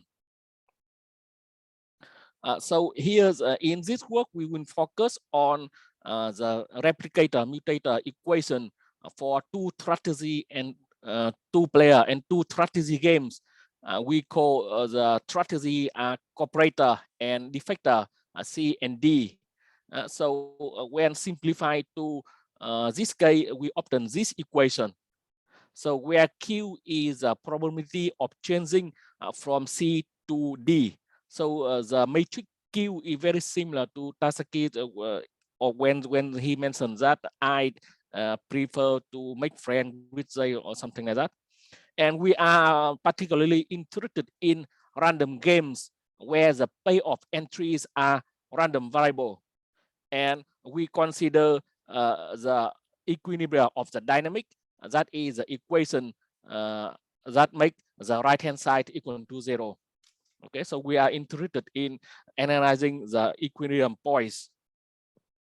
So equilibrium points are very important because it tells us information about the coexistence of different types in the population, and also how they are maintained in the population.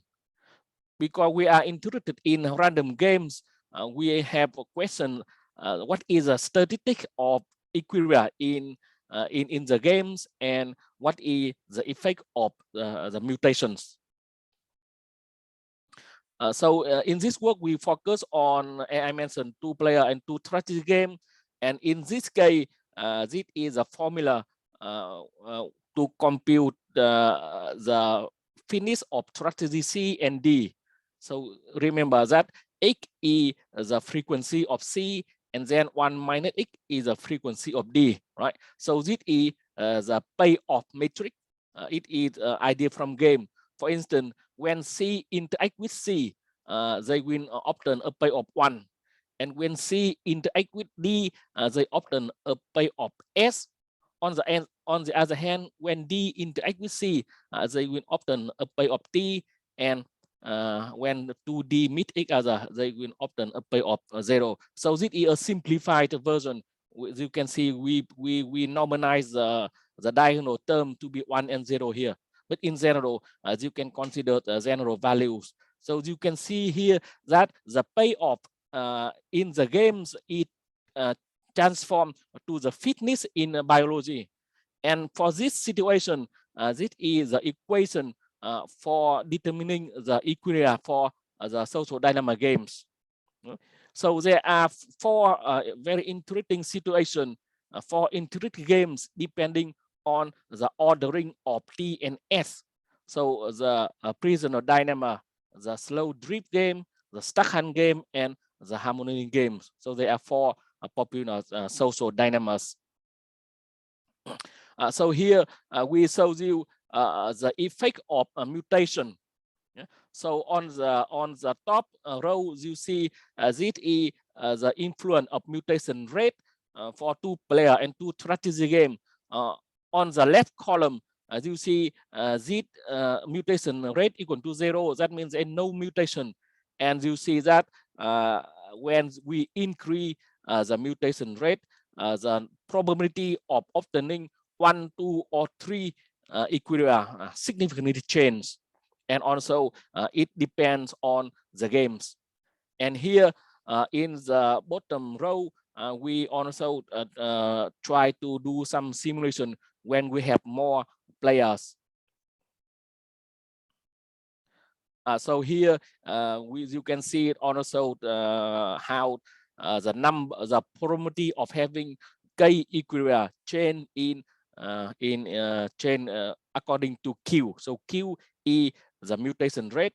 You can see that for SD and hard games, they are very simple. They only have either 0 or 1. But for S hard and PD, for stuck hand and prisoner dynamo games, they are significantly depend on the Q, the mutation rate Q. Okay, so we actually can obtain analytical formulas for this quantity. So I just want to show here that we can obtain explicit formula for the probability that each game have 1, 2, or 3 equilibriums depending on the mutation rate. And we clearly see that for S hard is very complicated, and for SD as well. Okay, so to summarize, in this work we consider the replicator mutator equations. We are interested in the statistic of the equilibria, and we try to understand the effect of mutations. In the future, we will extend our work to more complicated models in evolution.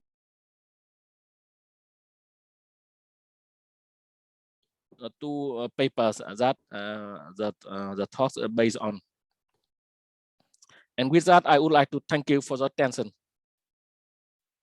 Thanks, Hong. Thanks very much for that.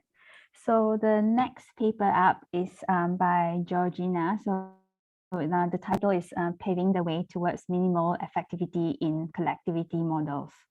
So it's a 4E cognition proposal.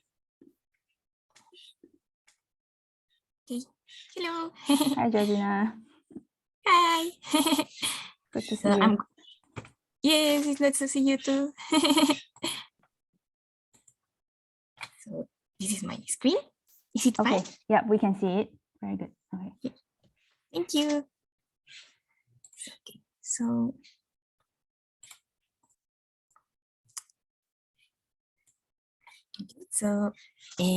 thank you, Dr. Su and Dr. Peter, for organizing this very nice workshop. And it's very nice being here with you. And welcome to our talk. My name is Georgina Montserrat Resendiz Belumea, and I am currently working with Dr. Jesus Mario Siqueiros, Dr. Carlos Gershenson, Dr. Gabriel Ramos Fernandez and Dr. Katia Rodriguez Vasquez. I am a PhD student at IMAS UNAM from the National Autonomous University of Mexico. And well, today I'm going to present our extended abstract with title, Paving the Way Toward Minimal Affectivity in Collectivity AIC Models, a for e-cognition proposal for the fourth International Workshop on Agent-Based Modeling of Human Behavior, ABMHuB'22. So the contents of this presentation are the following. First, we are going to start with the introduction and background, then our proposal, and finally some of the references. Now we're going to start with the introduction and background. Well, traditional cognitive science has been mostly dominated by a computational paradigm in which it is assumed that brain is a computer, cognition is computation, and behavior is a mere product of neural activity. In stark opposition to this view, we have the for cognition approach, which comes from embodied, embedded, enactive, and extended, and which in conjunction argues that the basis of cognition can span over brain, body, and environment, which in the environment, it can include the others. In this sense, social interaction can play a role as an enabler of cognition, thus enhancing our individual capacities. Well, in order to demonstrate these theoretical groundings, some simulated models have been developed as computational proof of concept, which are also known as embodied dyadic interaction models. An example of these models, we have the Canada et al. 2018 model, which is a minimal model of cognition based on evolutionary robotics. And with this model, they demonstrated that social interaction increases the complexity of neural and behavioral dynamics of embodied agents. And they revealed that this cannot be achieved in isolation. In order to do this model, they use pairs of acoustically coupled agents in which each of them has one acoustic emitter, two acoustic sensors, and two motors to move in an empty bidimensional environment. Now we have here the experiments of the Canada et al. 2019 model. Well, they consisted of evolving agents in two main scenarios. The first one in the interactive scenario, and the second one, the isolated scenario. In the interactive scenario, both agents are responsive to each other, so we can have a bidirectional interaction. Well, in the second case, in the isolated scenario, we have agents that are evolved without the presence of a partner. So the goal of these experiments was to maximize the neural entropy of the active agents. So in the first scenario, in the interactive scenario, what they found that the strategy that the agents follow was by mutually interacting to maximize the neural entropy. By doing so, they enhanced both neural and behavioral complexity. While in the other case, by maximizing the neural entropy of the solid agent, they found that there is a loss in both neural and behavioral complexity in comparison to the interactive scenario. Now, the best agents from the interactive scenario were taken under what is known the ghost condition, in which one of them, in this case, the light blue agent, is the ghost. That is, it is only repeating behavior from previous trials. And we have only one active agent, in this case, the red one. So we can have only unidirectional interaction.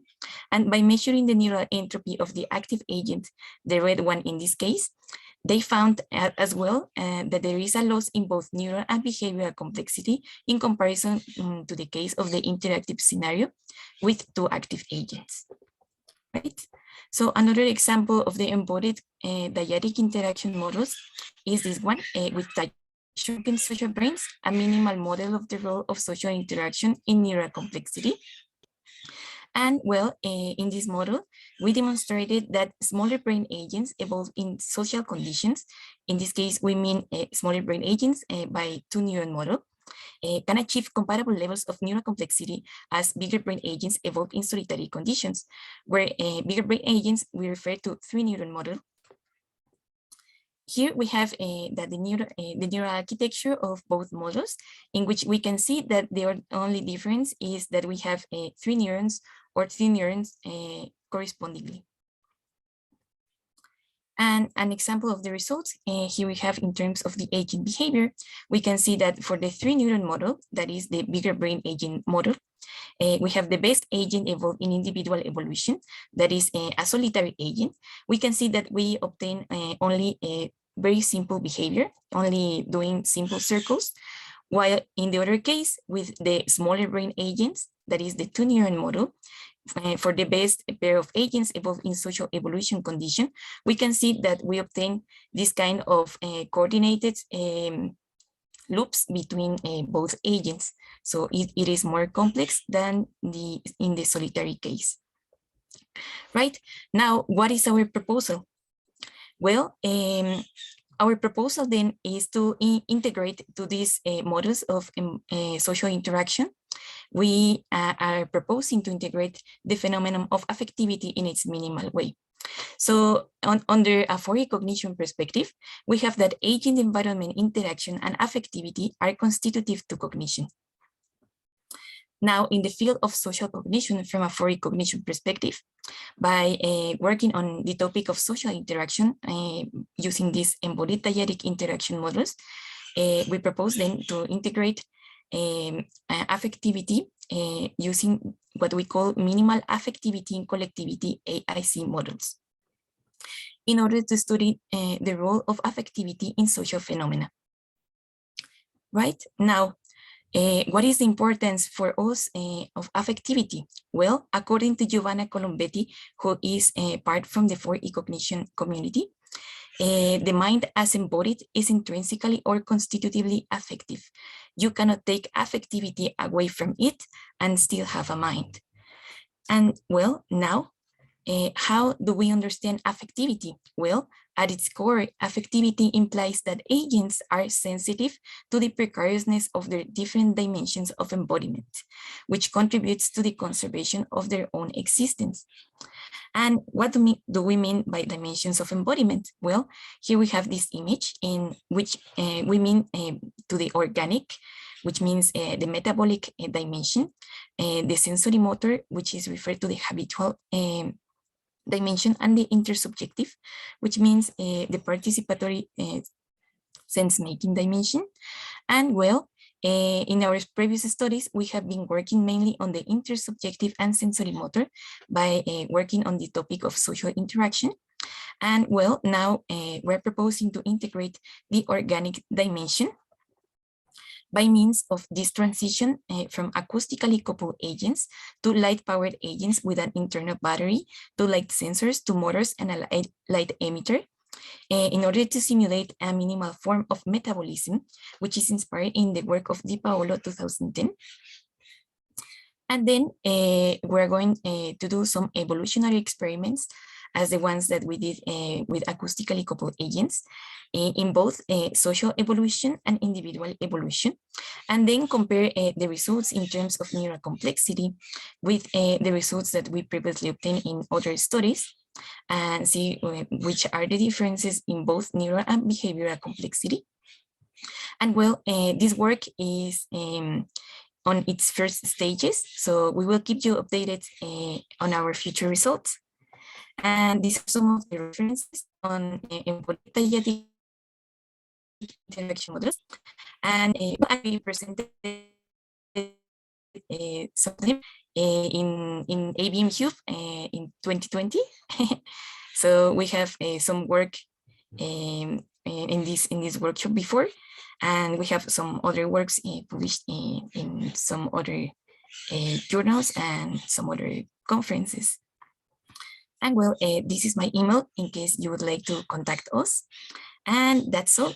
Thank you very much. Thanks very much, Georgina. Very nice slides. I think you should chat to Kevin, because I think there might be similarities in your work. Might be interesting. So Kevin, who presented in the session earlier. Yeah, thanks for that. Thank you. Yeah. Thank you. So now we have our final talk for this session. Like, sorry for being very abrupt. We have a lot of talks and in a very short time. So the final paper is from Seminar and Jeremy. So the title is Metrics for Reflection in Distributed Information Processing. So I'll be sharing the slides. So can everyone see this?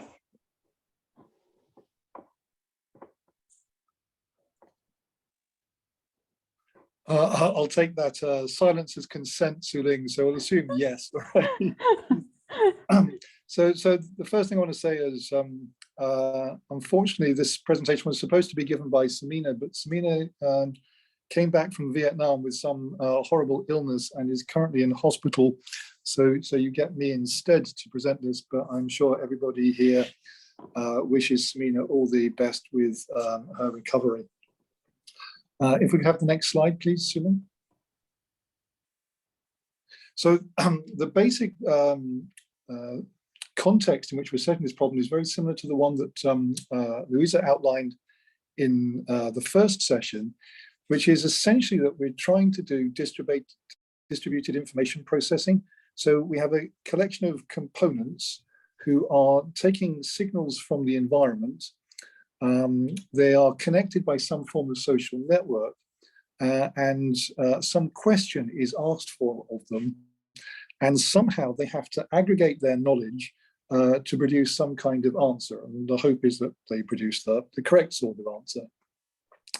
Now, why this is important in terms of understanding of human behavior is because we see this kind of thing all the time. Yeah? So what have they got in a social system? So we see collections of people in juries, committees, deliberative assemblies, and so on, frequently having to make this kind of execute this kind of process to make this kind of decision, for example, to elect a particular candidate to perform a certain role. And so we want to understand how it is that people do this.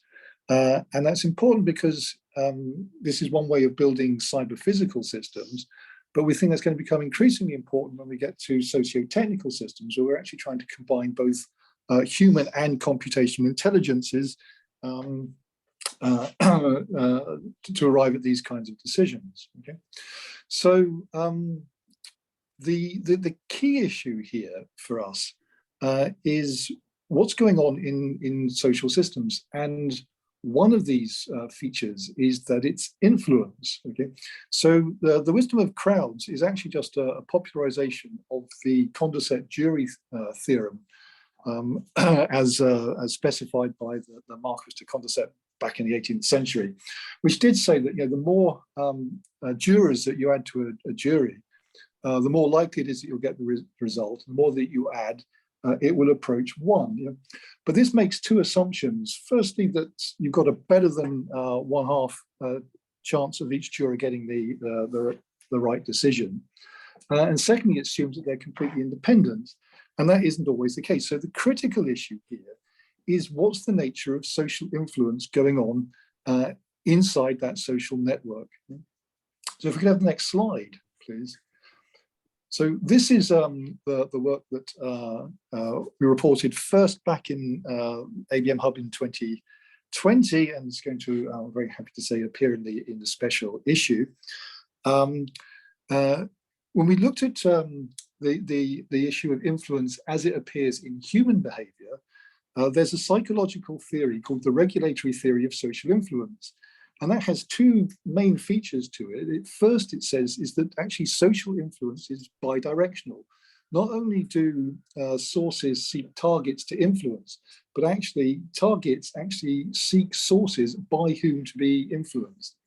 And that's because they're also trying to balance out the cognitive effort that's involved in making a decision versus the benefits of actually getting the right decision. So they want to be able to delegate some of the cognitive effort that's involved in information processing. And under these circumstances, actually what we found out is that there were 4 pairs of systemic drivers affecting these systems. There was one that's like the standard trade-off between accuracy and economy. But there was also trade-offs between, as we can see, inclusivity and specialization. So you wanted as many people involved in the process as possible. But also you wanted this expertise, is the key issue, in terms of those who are best at making these decisions got it right. And so therefore, these were the sources to whom you would delegate the decision-making. But you also wanted to balance out diversity and coherence. So you also wanted to balance stability and flexibility. And you can see how these things are pushing the system in different directions. If you want it to be stable, you want it to stay the same. If you want it to be flexible, you've got to have the ability to change. At the same time, you want multiple voices contributing to the thing, because to avoid groupthink, but at the same time, you do actually want some kind of coherence in the system. So the question is, how do we build a system that will actually manage to balance out these 4 pairs of systemic drivers? And so if we could have the next slide, Ling, please. So this is actually what we're looking at is a distributed information processing system. It's a kind of cybernetic system in the sense of Ross Ashby. Yeah? So basically, he sort of in his book Design for a Brain, he just breaks it down into these two parts. There's a reactive bit and there's a reflective bit. So what we've done up until now is effectively we've done reactive RTSI. In fact, we've done 2 lots of experiments in this. The first, which was just trying to work out what is the correct value for a signal, and that's the question that is being asked. And the second one is to say, to work out what is the explanation for the signal that we are seeing. Yeah, so they're basically trying to agree on a theory for the signals. Yeah? And the thing is, that will then, give us our first feedback loop, because the agents will work out, well, which one of the other agents in our social network are best at answering this kind of question. And so, if they're better than us, well, in future, we'll defer to them and ask for what they think is the opinion, is the correct answer, and that's the one that we will vote for. But then what you see is that there are all sorts of these rules that start to form, and groups that form, and so on. Yeah? And this is the reflective process, that you want to be able to have some kind of control over the deliberation that's going on. And if you want to be able to step back and assess yourself, as a kind of a meta question, are we actually getting the right answers to these things? And how do we structure things if that's not the case? Then you need this reflection. But if you're going to do that kind of reflection, you need some data on which to base it on. And so these are the metrics that we need to do to inform this reflective process. So this was the issue of this particular paper. If you have the next slide, please, Ling. So what we wanted to do was somehow try to measure each of the values in the particular dimensions. And so if you read the paper, you will see that we've tried to define some metrics and what the purpose of those metrics are. But it also exposes the fact that there's this huge field of actually known as metricology, defining these different things. So if people are interested in this, we'd be very grateful if you would have a look at the issues that we're trying to find. If you have any insight on the kinds of metrics that we could use to define the sorts of dimensions that we're looking at, we'd be very, very grateful for your help, direction, and feedback on this. But while we were doing this, there were 2 other issues, and I'll try to get through them very, very quickly. So Ling, if you could have the next slide. It exposed some really, really curious things. So in terms of trying to define the right metrics, so there are system-specific metrics. I mean, there are some metrics which are useful in one kind of system but aren't useful in another. So for those people who like this sort of thing, in rugby and football, you can measure the amount of possession you've got, you can measure the amount of territory that you have, but one's applicable in one sport and one's applicable in another, and they're not always the same. You have self-referential metrics, so actually some depend on others. In many cases, actually, it's not just the metric itself, it's the rate of change of the metric that you're looking at. So this is what we sort of meant by meta metrics. And there's some really interesting things there. So for example, there's the Gini index, which is supposed to be a measure of inequality of income in a society, for example. And that looks really good until you find out that you can put into a massive outlier into the measurement of the Gini index, and it won't change at all. So if you're interested in sort of denying that the rich are getting richer, for example, you can point to the rate of change of the Gini index and say, look, it's hardly changed at all, so how can that be? But of course, it's because it doesn't take into account the outliers. There can be an obsession with metrics. So, and it turns out the amount of time you start trying to collect information detracts from the actual useful jobs that you're trying to do. And this is a bit of a UK-centric one, but for anybody who's been involved in our research evaluation framework knows exactly what is going on there. And there's also a real risk of misinterpretation of metrics. I mean, the introduction of bias. So a lot of these metrics are actually defined by socially constructed norms. And frankly, we have this problem in science. We have the work devotion metric and the science excellence metric. But actually what these do is that they don't really tell the full story, and they actually work against things that we're trying to achieve in terms of equality, and actually entrench existing hegemonies which work to the value of those people who are already in power.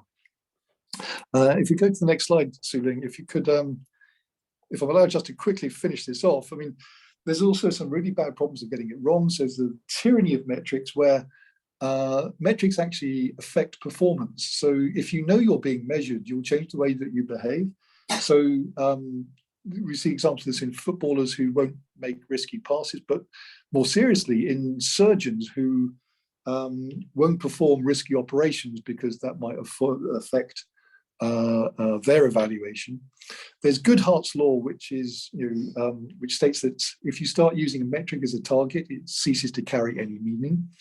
There's actually the use of vanity metrics, where you measure something because it just makes you look good. There's also the possibility of creating these faux league tables, which university ranking systems are obviously like this. There's just not a rational basis for a pairwise comparison in these things. And perhaps more disconcerting, some of these social credit systems, which really sort of have a negative effect on behavior. So if I could just sum up, then final slide, please, Ling. There is a mantra saying that everything that can be measured can be managed, and this is the great management consultancy statement. But what we seem to be getting at here is that there are some things that can be measured that do not matter, but there are some things that really matter but cannot necessarily be measured easily. And this is actually the problem that we're having now when we're trying to build our distributed information processing systems, which actually avoid these forms of bias and potential exploitation in socio-technical systems. That's it. Thank you very much. Thanks very much for that, Jeremy. So now we'll open to questions. Jeremy, if I take the opportunity to jump in, it almost, your ending comment almost makes me think, well, we've got a lot of machine learning methods these days. Is it possible to learn a metric? Yes, it is. And actually, that was one of the things that we were really quite worried about, because we wanted to put these oracles into our system, which I think is what you're hinting at here. But then we realized, started to think, well, what happens if you really do start to have a system that's learning something that's biased, basically? And we have seen these problems, with policing in America and job applications. I mean, if you train a system that's on data that's biased, you're just going to reproduce that bias. And this was something that we were definitely quite concerned about. Yeah. Well, I guess the problem is that, I mean, thinking about it, how do you train something when you don't really, I don't know, I guess you'd have to have examples of positive and negative versions of this, unless you want to just have these human labels, but then it becomes a conversion of. Oh, and also it can only measure what data is there at the moment. So when there's an outlier, then the existing measures may not work for it. That it's learned from existing data. I think so, because a lot of this data, as I say, a lot of these norms are socially constructed. So if our systems start actually, as we like to think, start constructing these norms for themselves, and then start learning metrics just to reinforce those norms, this is perhaps not the flexible, expertise-driven systems that we want. We end up with kind of meritocratic systems, but wrong notions of merit, potentially. What if we had a more abstract metric that let's say, I don't know, minimize homeless or something? You have an abstract metric through the interaction of these systems would achieve, so you can somehow you have a tangible measurement, but it's not the measurement that you want on the system itself. So you learn the measurement on the system based on whether you achieve these more abstract goals, let's say. Does that make sense? I think it does, because if you're trying to measure something indirectly that's a more abstract value, that's what I'm kind of getting at the end, things that matter to you but can't necessarily be measured. So to be honest, one of the things that we've struggled with, which we've taken from the work of I've done with Josiah Ober, who's a political scientist, and he talks about the notion of civic dignity.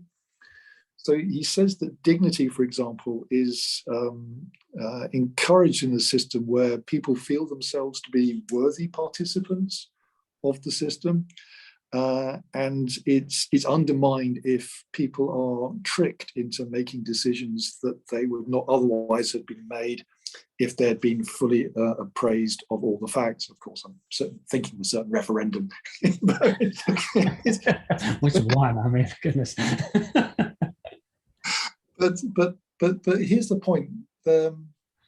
If that's the value, the abstract value, which I think you're getting at, the thing that we want to maximize, how actually do we measure that? I mean, it's not clear, and I've come across an area of work recently. I mean, we've been talking in some of the papers here about the issue of distributive justice, so how you allocate resources. But there's also something I've come across more recently. It's called contributive justice. So it's actually making sure that people feel that they have really, been consulted about a decision and had their say, and indirectly through that, then you can perhaps get at these abstract qualities that I think you're getting at. Okay. Well, I was just kind of wondering, if let's say we've got a society that isn't where we want it to be, but if we only could have some metrics that would say move in this direction, or this bit is not so good, improve this bit. Could we learn those metrics in an artificial model that, you run a simulation long enough such that it could achieve the desirable goal? Obviously, we haven't achieved in our current society, and then learn those signs, learn those pointers that tell us the right direction, if you see what I mean. I do. I think that's really interesting. So the other strand of ALife work that we're doing, and it relates to some of the other really interesting talks that came before, is in cooperative survival games. So I've had a couple of my colleagues. I guess this is pandemic inspired, but we've been basically watching Netflix films and using these as. So, if everybody's seen Squid Game, for for example. Yeah. So I had one of my students basically try to write a simulator for Squid Games. I mean, it was hilarious. Oh, that is too much fun. It was. So without giving too many spoilers away, you know, the bridge game that they had to, yeah. So she wrote a simulation for that basically, and she was trying to base this on a psychological theory of terror management theory, because it's this basic idea that, you know, what do you do if, you know, the actions that you might take might end up with you getting a terminate message as an agent. Yeah? You know, you've got this thing, if you don't do anything, you're all going to die. Yeah. So someone's got to move. Yeah. But the first people to move are most likely to get this terminate message. And she realized that actually it was kind of more like it was the group that was the organism and the individuals were just cells, basically. You know, it was more like the ant's nest is the organism and the ants are the cells. Yeah. And then to answer your question, Peter, actually what we were observing was that what you wanted to do was, you know, keep on doing this again and again and again. And every time you got yourself wiped out, you're basically providing more data for the next group to be able to say, okay, well, we need to have this mix of selfish people, this mix of cooperative people, you know, that's going to most likely lead to us surviving. So I guess that is it, Peter. What we really want to do is understand why it is that civilizations and democracies fail, so that we can actually have a better go the next time. Kind of the process you described, those things very much like reinforcement learning. So at a societal level, yeah, yes. The thing is, but this is the nature of wicked problems, though, isn't it?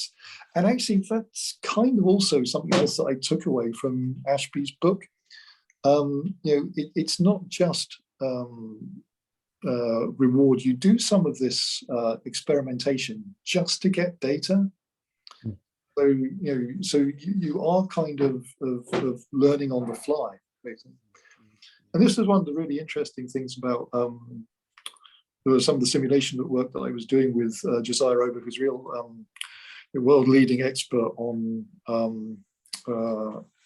classical Athenian democracy. And it did show that they weren't taking instructions from the Delphic Oracle. It wasn't some, you know, Zeus wasn't giving it to them. They were definitely generating the solutions to public collective action problems on the fly and getting it right. Nice. Yeah. Okay, look, I think we've asked enough questions of you, Jeremy. So let's no, really good, really interesting. Let's open this up a little bit more. And those of you paying attention to the chat may have noticed that I try to prepare you.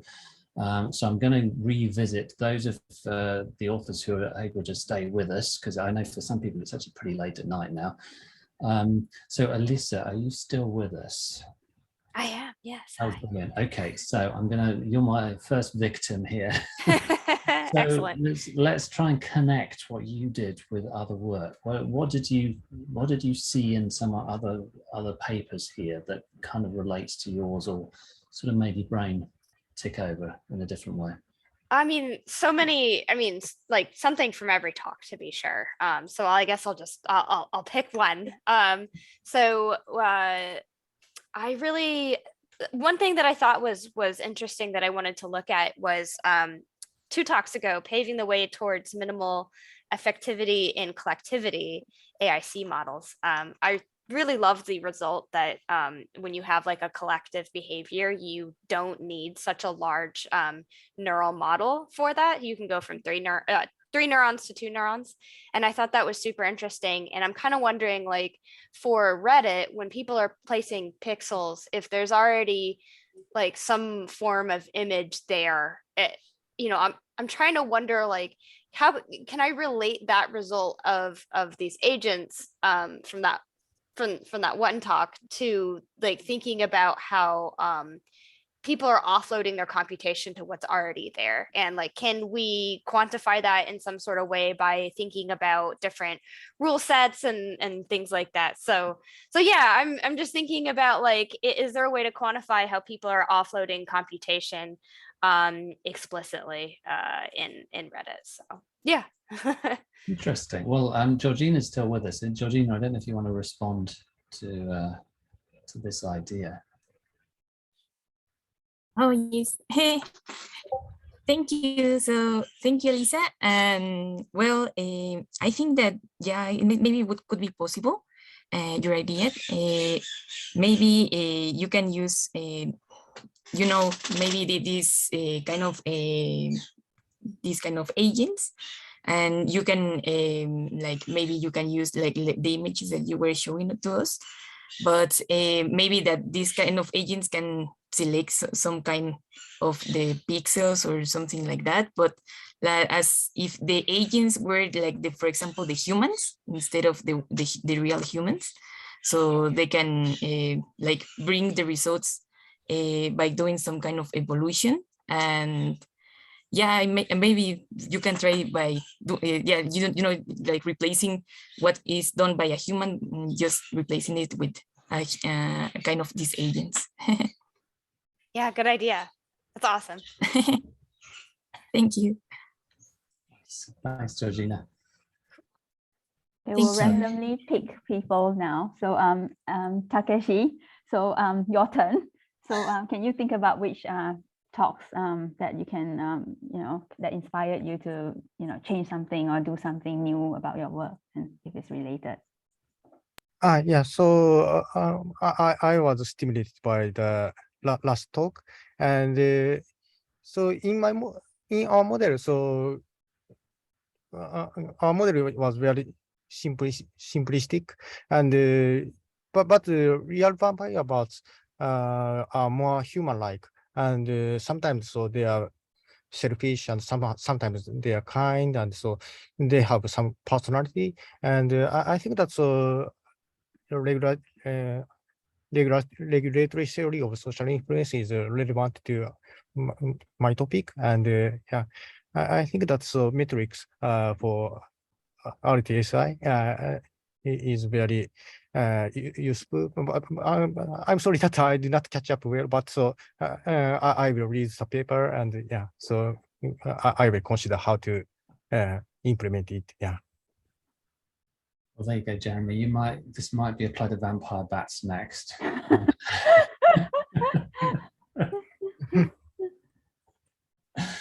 So cool. Okay. Let me see. Well, how about Brandon? Is Brandon still with us? Yes, he is. Okay, Yes. Brandon. Yeah. So I think for me, it's just seeing the sheer amount of like network graphs from so many of the presentations, and I guess I always knew it was possible to view the way the agents adapt and communicate through using, you know, like directed network graphs. But I think the particular image in my mind now is from Takeshi's vampire bats, the indirect food sharing from the one bat to the other. And actually, is it possible for me to somehow actually see how these beliefs and these resource trading beliefs actually, you know, permeate throughout society, sort of maybe indirectly or through certain central hub nodes, or yeah, there's a lot of interesting stuff that's just got my brain working a bit. So yeah, that's great. Okay, right, Ling, you my turn. Okay. Yeah. It's getting me too excited. Hian-Li, your turn. Yeah, so I wasn't here for the I wasn't here for the first session, but I was having a look at the at some of the papers in early on in the day, and there was this paper. There was one of the papers on on making collective decisions in correlated environments, and while the way that the authors they managed to get their consensus, the way that they got their consensus was by a voter model. That's different from the way that we're doing it in ours, where we're trying to basically fuse two agents' beliefs at the same time. It made me wonder whether there is also some sort of this exploration, exploitation going on. So once you hit some kind of critical mass of opinions, whether everything will just trigger into this waterfall of exploration, and everyone just comes up to this to a common consensus. Is the author of that paper still with us? Louisa? Yeah, I thought there was kind of like related stuff on both of the work. Yeah, because yeah, it's kind of like balance between exploration and exploitation, kind of. Yeah. Yeah. Do you want to respond? Oh, I think maybe Louisa is not there anymore. Oh no. Okay, maybe it's got a bit too late. Okay. Well, actually, on that note, I think we're probably needing to draw our workshop to a close. As I say, we really should thank everybody who stayed with us, because it is really quite late for some people. Yeah, very late. So really appreciate it. And yeah, once again, yeah, very, very interesting workshop. Thanks to all of you. Oh, Jeremy had one raised hand. I don't know if you have something to add, Jeremy. Oh, you're muted. Jeremy, you're muted. Yep. Okay. I'll wait for you. Still muted. Jeremy, you're muted. Gotcha. It's this function hiding thing that Zoom does. Yeah. I'd like to answer your question, Peter, of course, because it's a long time since I've enjoyed a workshop quite so much. Honestly, all the talks were really fascinating, really interesting. And on behalf of everybody, I'd like to thank Peter and Su Ling for putting together such a fantastic program. So thank you both very much. I think if we could applaud you. Well, that's appreciated. Thanks, Jeremy. Yeah, we hope to continue doing this. Yeah. But you know, we can't do it without the participation of everybody here, and you know, your time and effort in preparing the papers and attending and presenting and discussing everything with us. You know, this is, I think, an important area still. Agent-based modeling in general, and specifically of this kind of phenomena, is something that I think we need to continue to support. Well, all too often, people who do this kind of get a little bit isolated, because it's a technique that it's a sensible one, but there's less support from a cohesive community, perhaps, because we all focus on our own specific model, our own specific area, and I think it's helpful, as you've seen. I think it's helpful if we can get together and share notes and discuss and understand the results from each other. Yeah, it can help us improve the way we model things, and also kind of borrow things from different application areas. So it's always very useful. And then the different areas are also interesting as well.